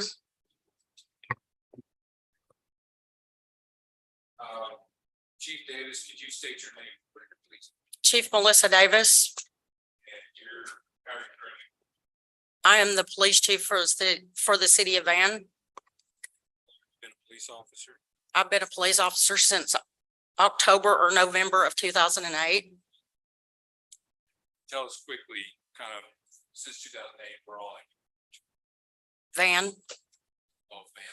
Yes, ma'am. Yes, sir. Police department. I started out as a civilian in the Van Police Department. I was their code enforcement and animal control officer until 2009. I became the Van City Marshal in 2009. I was that for 5 years until 6 years until 2015, when I re-entered the Van Police Department as a sergeant, and then I became the Van Police Chief after that. What year did you become the chief? 2021. How many officers do you have working for you at Van? Currently, Yes, ma'am. 7. I want to ask you a little bit about, your procedure at the Van Police Department. Things like reports and search warrants, are those required to be approved by you or somebody else? Yes, sir. So do you review every search warrant? This one I had not, because when this search warrant was ready and I was in McKinney, Texas, attending the the police chief school, basically. I appreciate your eagerness to answer my question. The court report has to take down everything we say, so we can't talk over each other. Okay. It's gonna be obvious to you with most of my questions, what I'm asking. Mm-hmm. I just asked, please let me finish my question and then respond, okay? So you didn't review this search warrant? correct? No, sir. What about when police reports are submitted to the DA's office as part of a case file? Do you review those reports and approve them prior to them being submitted to the district attorney's office? Normally, Did you do that in this case? I did. What about the evidence as far as digital evidence, photographs and body camera footage? I'm sorry. All of the body camera footage should have been with the case. Tell me how, I don't know what system you guys use, so tell me how body cam is captured, how is it retrieved and stored and ultimately submitted to the DA's office? We use the watch guard system as far as our body camera and in-car video. And as soon as it goes back to the city, when they pull up in the car, it downloads to the server and then it goes into the cloud. And then we are able to put it on disk or flash drive to provide to the district attorney's office. Approach your honor. Yes, sir. Just gonna bring my binder here. Exhibits, but I just want you to look. And if you see something that doesn't look right to you, or you think that's not correct, you let me know. So we'll start here with number 9, which is Carlson's report. Yes, sir. Is there somewhere on the reporting of the Van Police Department that would indicate to you whether or not body camera actually exists? Is there somewhere on there? Well, yes, it's there. Will that tell me if I'm reviewing this, whether or not that video actually exists? I don't understand the question. So my question is this, you said that you review all the reports prior to them being submitted to the district attorney's office, correct? The reports, yes. So this is a report, correct? Yes, sir. So if you see that this is marked yes for Carlson's body camera footage. Yes, If it's not contained in the case file, would you notice that and rectify it? I would. Is Carlson's missing? It actually is, but that's Okay. not really the point of my question. I'm just trying to make sure, trying to figure out where the breakdown in communication was. Well, sir, I mean, I can explain. I can't explain why that was missing. I'm sorry. But you would agree with me that if the officer indicates that there's body camera here, then that body camera should actually exist. Yes, sir, it should. And the same thing for Mr. Officer Hutchins, even though I think he technically works for a different agency. No, sir, he's a part-time officer with the Van Police Department.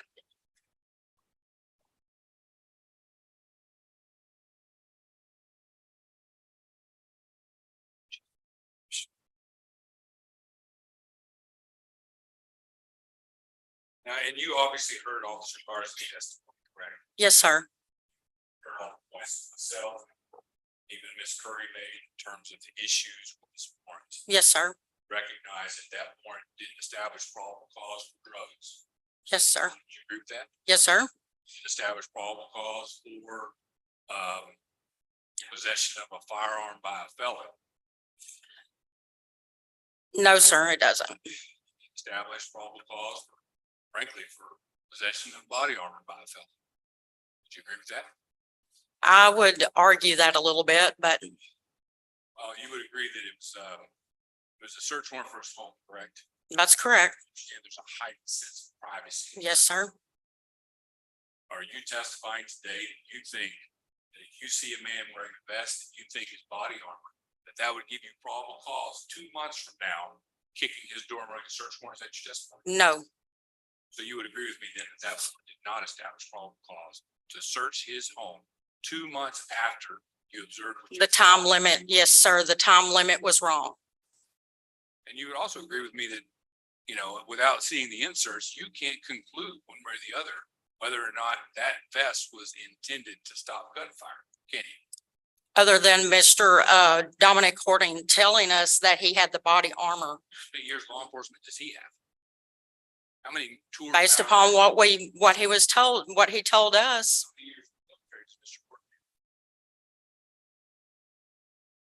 You know, No, sir.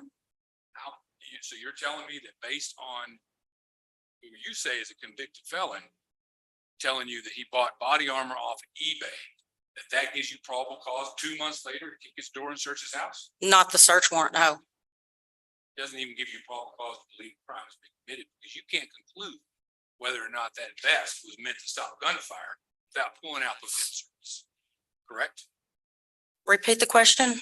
Can't conclude if it's a body armor that's meant to stop gunfire without pulling out the inserts from the vest. That would be correct. You know the difference between a flak vest and a ballistic bulletproof vest, don't you? Yes, sir. Of course you do. And the inserts is what makes the difference in those two types of vests. Yes, sir. Whether or not plate is meant to stop a bullet. That's correct. The only way to know if that's the case is to pull it out of the vest, the carrier, the Molly Luke carrier. This is what you saw. Yes, sir. And observe the ceramic plate that's meant to stop all. I mean, there's lots of them. You know this, right? Yes, sir. The kind that you guys are wearing, the kind that you guys are wearing today. These will stop between what, a 9mm, 5, maybe 38. Yes, sir. Certainly not gonna stop at 22, is it? Yes, sir. But there's a big difference between that and what our military members wear overseas, which is the thick ones that stop high-powered rifles, like your 5.56 and your 7.62s, right? Yes, sir. So you understand the difference between the inserts in these vests.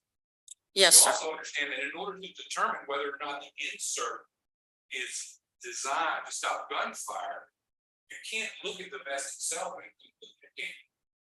No, sir. So how then, looking at simply the carrier and noticing that it has a Molly loop on it, how can you then say with any level of certainty, even probable cause, that a crime has been committed, much less keep the door 2 months later?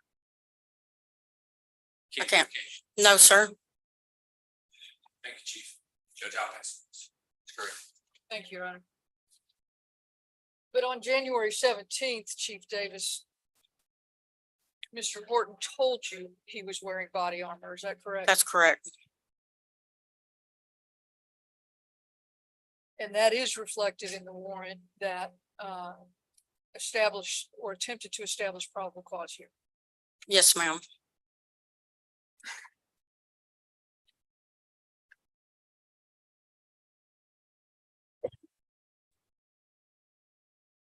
Chief, how often would you say in the last, well, since you became chief, how often would you say that your department has dealt with Mr. Horton in any respect? It's been several times, but I could not give a set number. It did, and is it fair to say that none of those resulted in his arrest other than this incident? That's correct. So until this day, January 17th, you didn't have any reason, or your officers, to the best of your knowledge, didn't have any reason to believe that Mr. Horton had committed a crime, a new crime, something not reflected on his criminal history. That's correct. So I want to walk through, because there's a lot of references to it in some of these reports and offense reports. I want to walk through kind of a timeline here, okay? Mr. Horton came into the police department on January 17th to file a complaint. Is that correct? No, ma'am. He filed the complaint the day before. Okay. And what was his purpose in coming in on the 17th, to the best of your knowledge? To see if anything has been done about the complaint. And at some point, was something done about that complaint? The complaint that he made, that arrest warrant for that person was obtained on January the 17th. And that was for an offensive terroristic threat. Is that correct? Yes, ma'am. And in that offense, Mr. Horton was the victim. Yes, ma'am. So you all followed up on the complaint that he had made and ultimately got arrest warrant for the person that he alleged committed a terroristic threat against. Yes, ma'am. And when was that warrant executed? It was executed on March 14th, 2023. The warrant for? The terroristic threat warrant. Now, I asked Officer Garza, but I'm going to ask you the same thing. Was there any particular incident that prompted you or anyone in your department, to the best of your knowledge, to go back and say, this happened on January 17th, but now it's March 20th, we're going to get a warrant, a search warrant and an arrest warrant now? The arrest warrant was obtained prior to the search warrant. Okay. I couldn't tell off the top of my head, but the arrest warrant was obtained prior to the search warrant. The arrest warrant for Mr. Horton? Yes, ma'am. Now, the reason that both of those warrants were executed in March is because the sheriff's office was not taking those type of charges at that time. And it was not until the meeting with the chief's meeting in the sheriff's office in February that was lifted.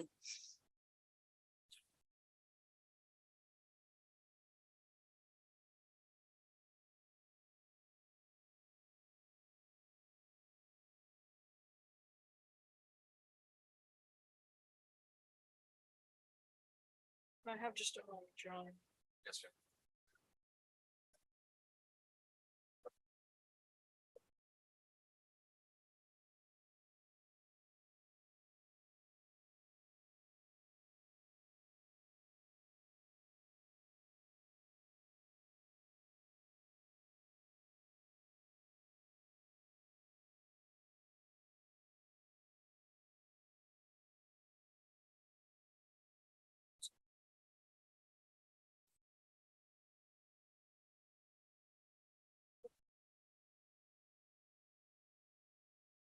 February 26th. Yeah, I'm printing.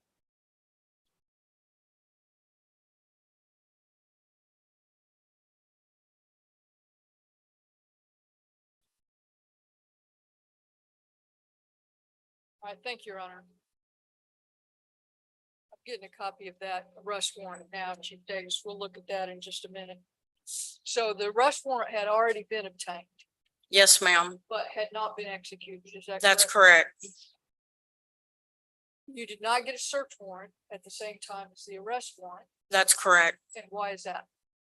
Because the arrest warrant was not executed because we could not carry Mr. Horton to jail because the Van Zandt County Sheriff's Office was not accepting those level of charges at that time And search for the warrants- terroristic threat or this charge. And search warrants have time. Is that correct? That's correct. And I did not realize about the time. But I mean, It was an oversight, but I did not read that search warrant. We should not have gotten the search warrant. but search warrants have time limits to execute them. Is that correct? Yes, ma'am. So if you had gotten a search warrant at the same time you got the arrest warrant, the search warrant would have expired and you wouldn't have been able to execute it. Is that correct? That's correct. Your Honor, may I approach? I'll show you what a warrant is. State warrant.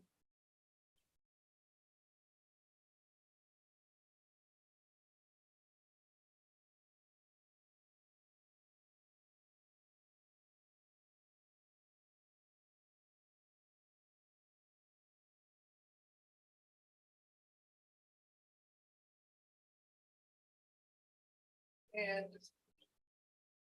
I'll ask you if you recognize that.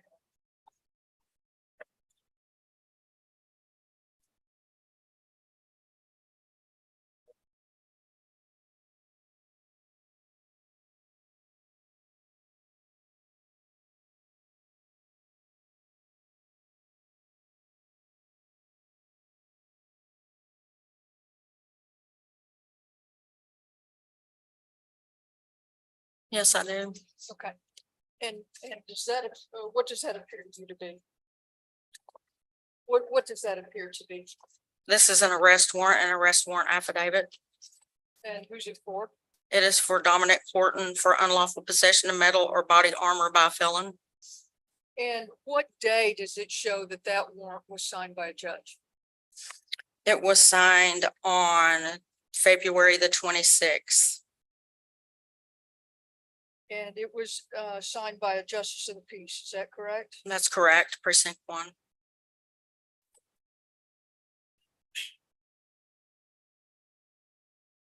So what transpired that caused after the incident where Mr. Horton is seen in what you believe to be a vest on January 17th, arrest warrant is obtained on February 26th.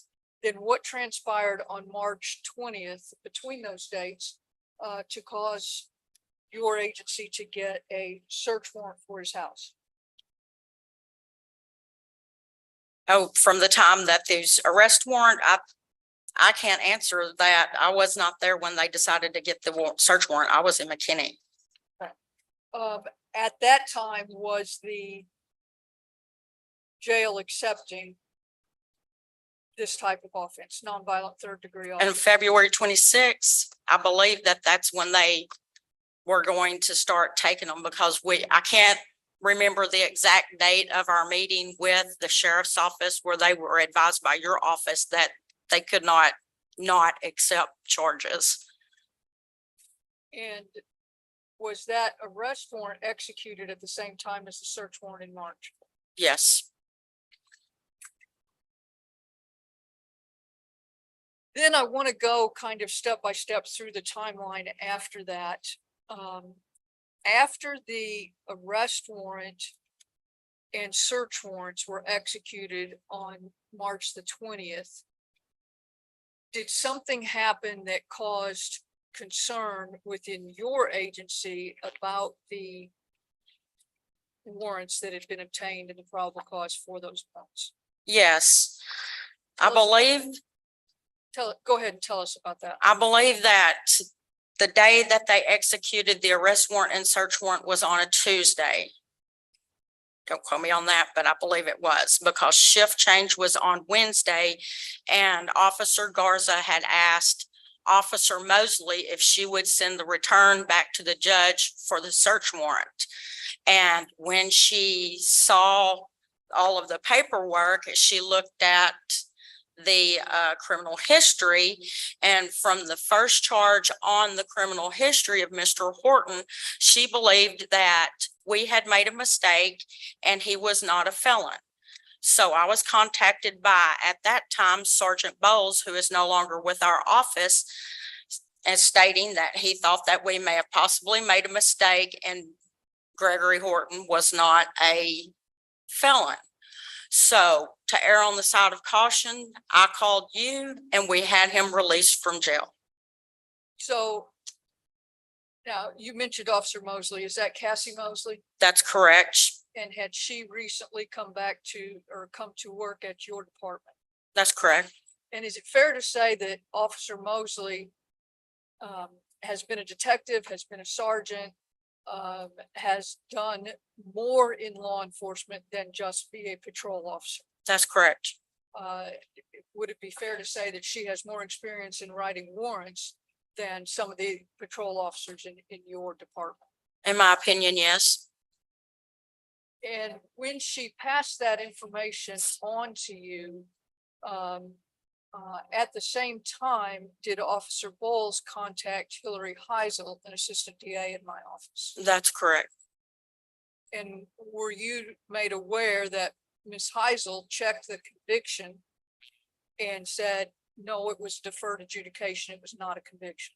That's correct. And as you said, I believe you and I talked and we did the paperwork to let Mr. Horton out of jail. That's correct. Mm-hmm. Later, did you learn from me that I had reviewed in detail a full criminal history, not just the judgment from that one Charge. charge? Yes. I had reviewed the full criminal history and I believed it was possible that in fact he was a convicted felon. That's correct. And going back, in one of the encounters that you and your department had with Mr. Horton, he admitted to you that he was a convicted felon. Is that The correct? same day that he had the body armor on in our lobby. So he admitted that he was a convicted felon that day. That's correct. And when you and I talked about my review of the full criminal history, did I tell you that I wanted to wait and get the actual judgment because it's a rather obscure section of the penal code that he had been possibly convicted under? That's correct. Then later, did I advise you that I was preparing the case for grand jury because in fact I got that judgment and he was a convicted felon? That's correct. And that's what resulted in this charge being done. Is that your understanding? That's my understanding. Yes, ma'am.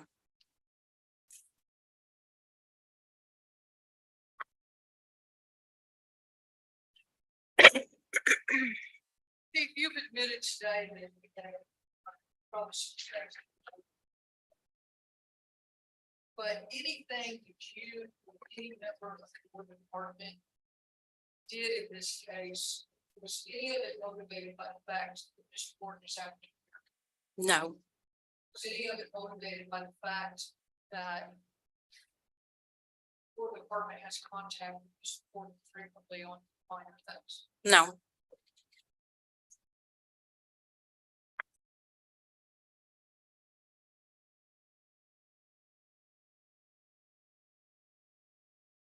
I'll pass this. The objection to Ms. Davis, Chief Davis being excused or retained subject to discovery. Yes. All right, they can she sat down, but. Yes, sir.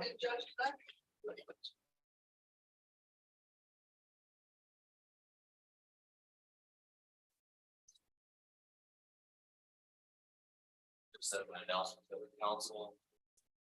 This we're gonna work until about 12:30. We'll take our lunch break. We're gonna resume at 1:30. Anything that doesn't get completed this morning, we'll look for the act.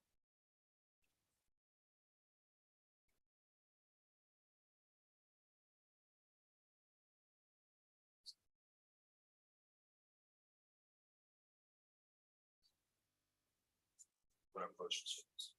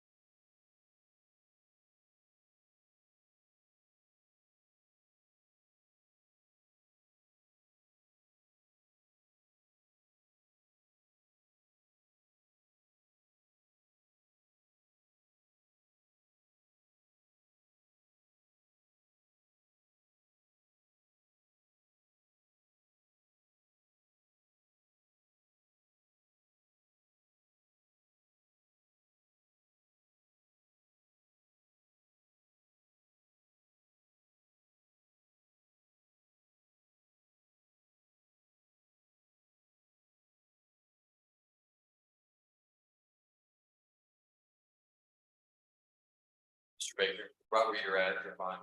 Of course, gonna reset your case on August 24th, all right?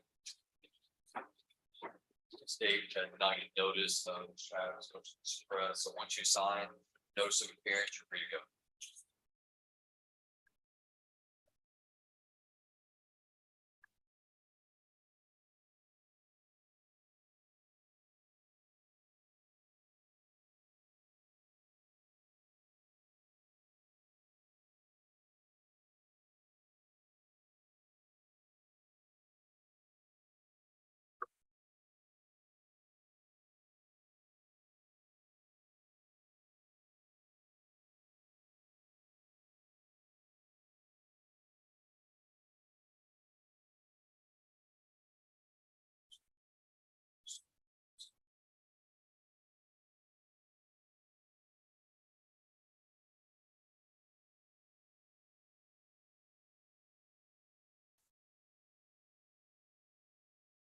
Why?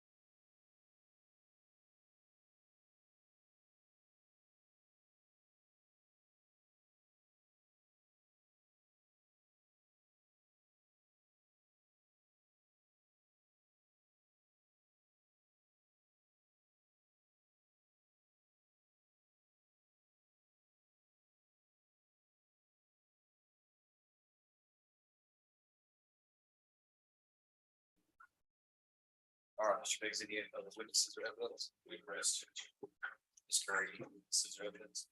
No. All right, Mr. Biggs, you present argument. Your Honor, with respect to the motion to suppress. Beating and murdering of dead horse, I would point out that the search warrant affidavit is clearly lacking for several reasons. Probably the most obvious is the stale, just talking 2 months later. And, you know, the interesting thing is that, in looking at the four corners of the document is the information related to this. For example, there's testimony, you know, about his LA conviction per 1244. All that's really beside the point because it's not contained in the parts of this document. Without that very element, they can't establish the crime was committed, or they can't establish that there was evidence of the crime located in his house. Much less the information contained in this document that ever suggests that this on March 21st, 20th of 2023, that the evidence was located in the place that they requested to be searched. So just multiple facets, issues related to all clause, the time frame, no articulation of his prior felony conviction, articulating crime of the warrant, no real articulation of all cause that a crime had been committed, period, except for the blanket observations of officers that say wearing a bullet vest. And then, of course, there's no facts that establish probable cause that these items, if you want to argue that these could have potentially been items of evidence of a crime, there's nothing in the affidavit that articulates that item is actually located at the residence that they're requesting to be searched. The last time that anyone had laid eyes on this alleged body armor was January 17th, 2023.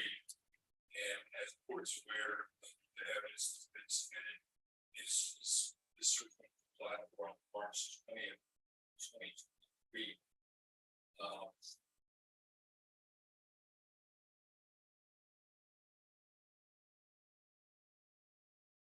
I think that in terms of search warrants, I can't imagine that anybody is at this point thinking that this warrant established actual probable cause to certain individuals. Most of the statements in there are conclusory, the information is stale and not specific and articulable enough to pass that. So that reason, it has to grant the defendant's motion to suppress any evidence obtained or seized as a result of this warrant on March 20th. Thank you, Mr. Biggs. It's great. Thank you, Your Honor. Your Honor, the law is well settled that a search warrant, this type of search warrant, searching for evidence, has to contain probable cause that an offense has been committed and probable cause that the items searched for will be found or are likely to be found at that particular location. I disagree with Mr. Biggs on whether or not this established probable cause that an offense has been committed in one perspective. I think that the observations of the officer that an item is consistent with these multi-line, multi-carrier, multi-attachments, that an item is consistent with a bulletproof vest, and the person wearing the vest says, yes, I want a bulletproof vest, I got it for this purpose. I believe that that rises to the level of probable cause without regard to whether it rises to the level beyond reasonable doubt later at trial. The search warrant does make mention of the fact that Mr. Wharton is a convicted felon. I will concede that that is a conclusory statement that is not supported by facts in that way. The bigger problem that I see here, Your Honor, is that The second requirement of search warrants have to establish probable cause that the evidence will be is likely to be found at that location. I agree with what Mr.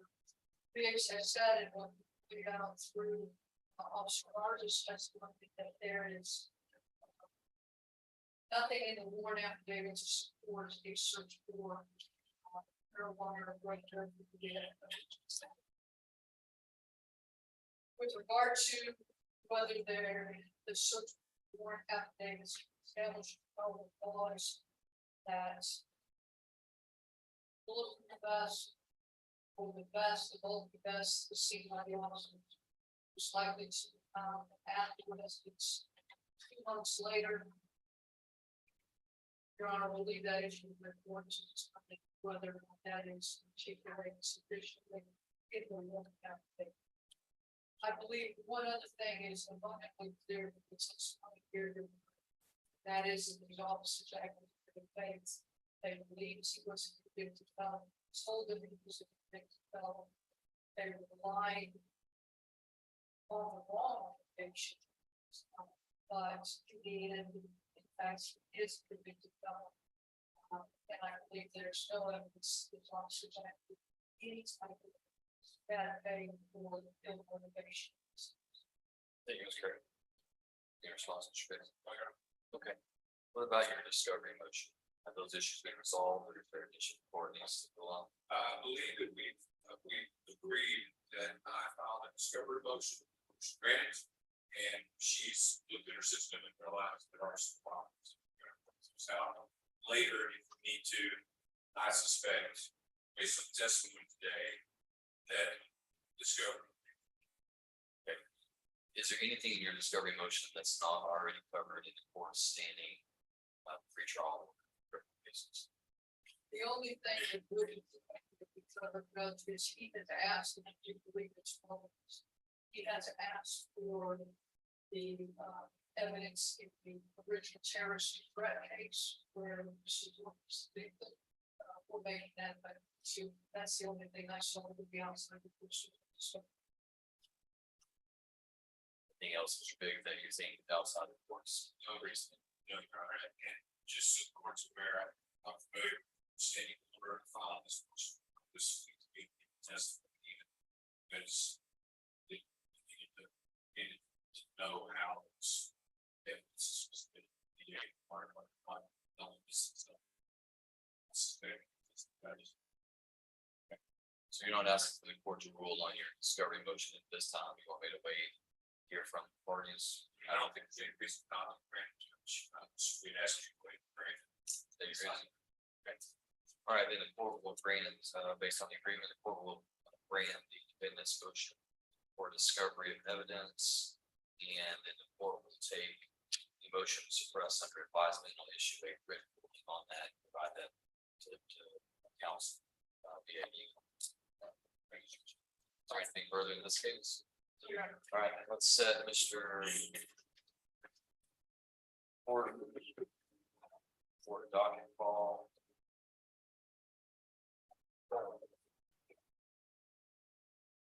Biggs, are you available on August 22nd?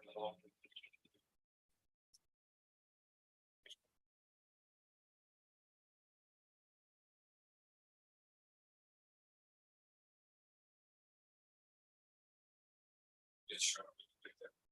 Okay, we'll set Mr. Gordon in August 22nd at 9 a.m.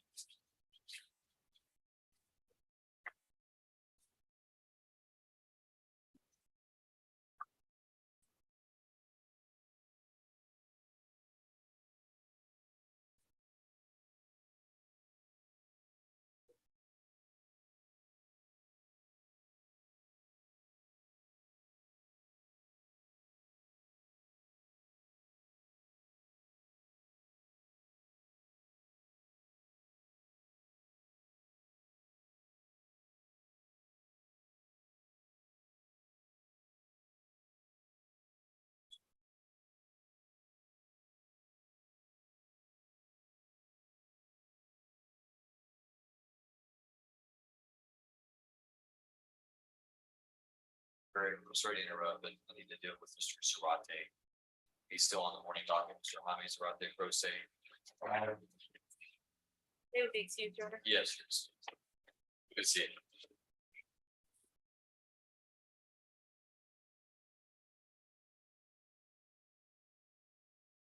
Mr. Zarate, on please. This is file number CR 20-278, motion to the vote, Mr. Jaime Zarate Junior. Court will, go right over there by the table. Court will, have the record reflect that Mr. Zarate, has requested to proceed pro se. The court previously interviewed Mr. Zarate, granted their request.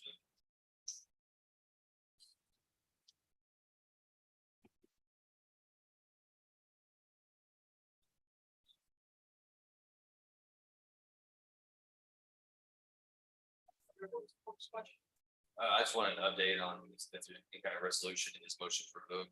Yes, Your Honor, he does have many. Most of it is based on community service. Mr.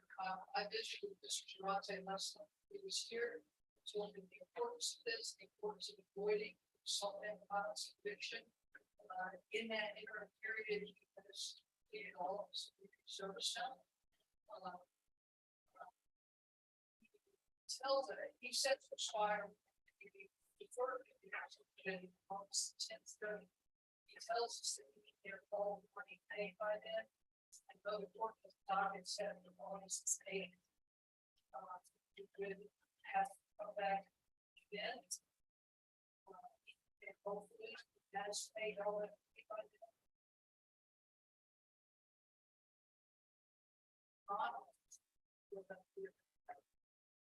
Mr. Zarate, what do you think? I appreciate it. Do you believe that you'll be able to have all your financial obligations paid by August 8th? Yes, Your Honor. I mean, I didn't want to ask for loans from family members, but. I will. Okay, all right, the court's going to reset this case for another hearing on the motion to vote on August 8th. That'll be at 9 AM. Mr. Zarate, I'm just gonna sign here. And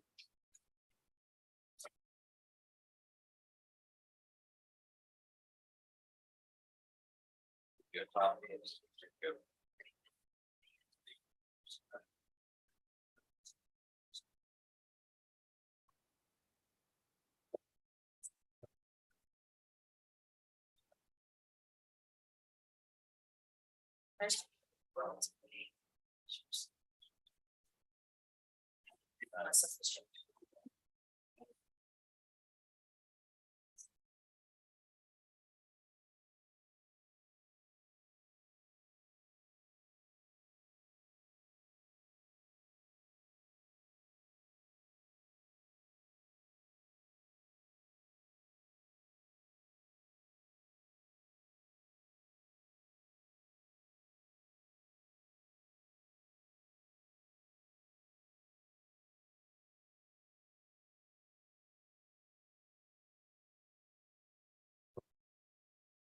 All right, court's going to stand in recess till 1:30, once you have to adopt it.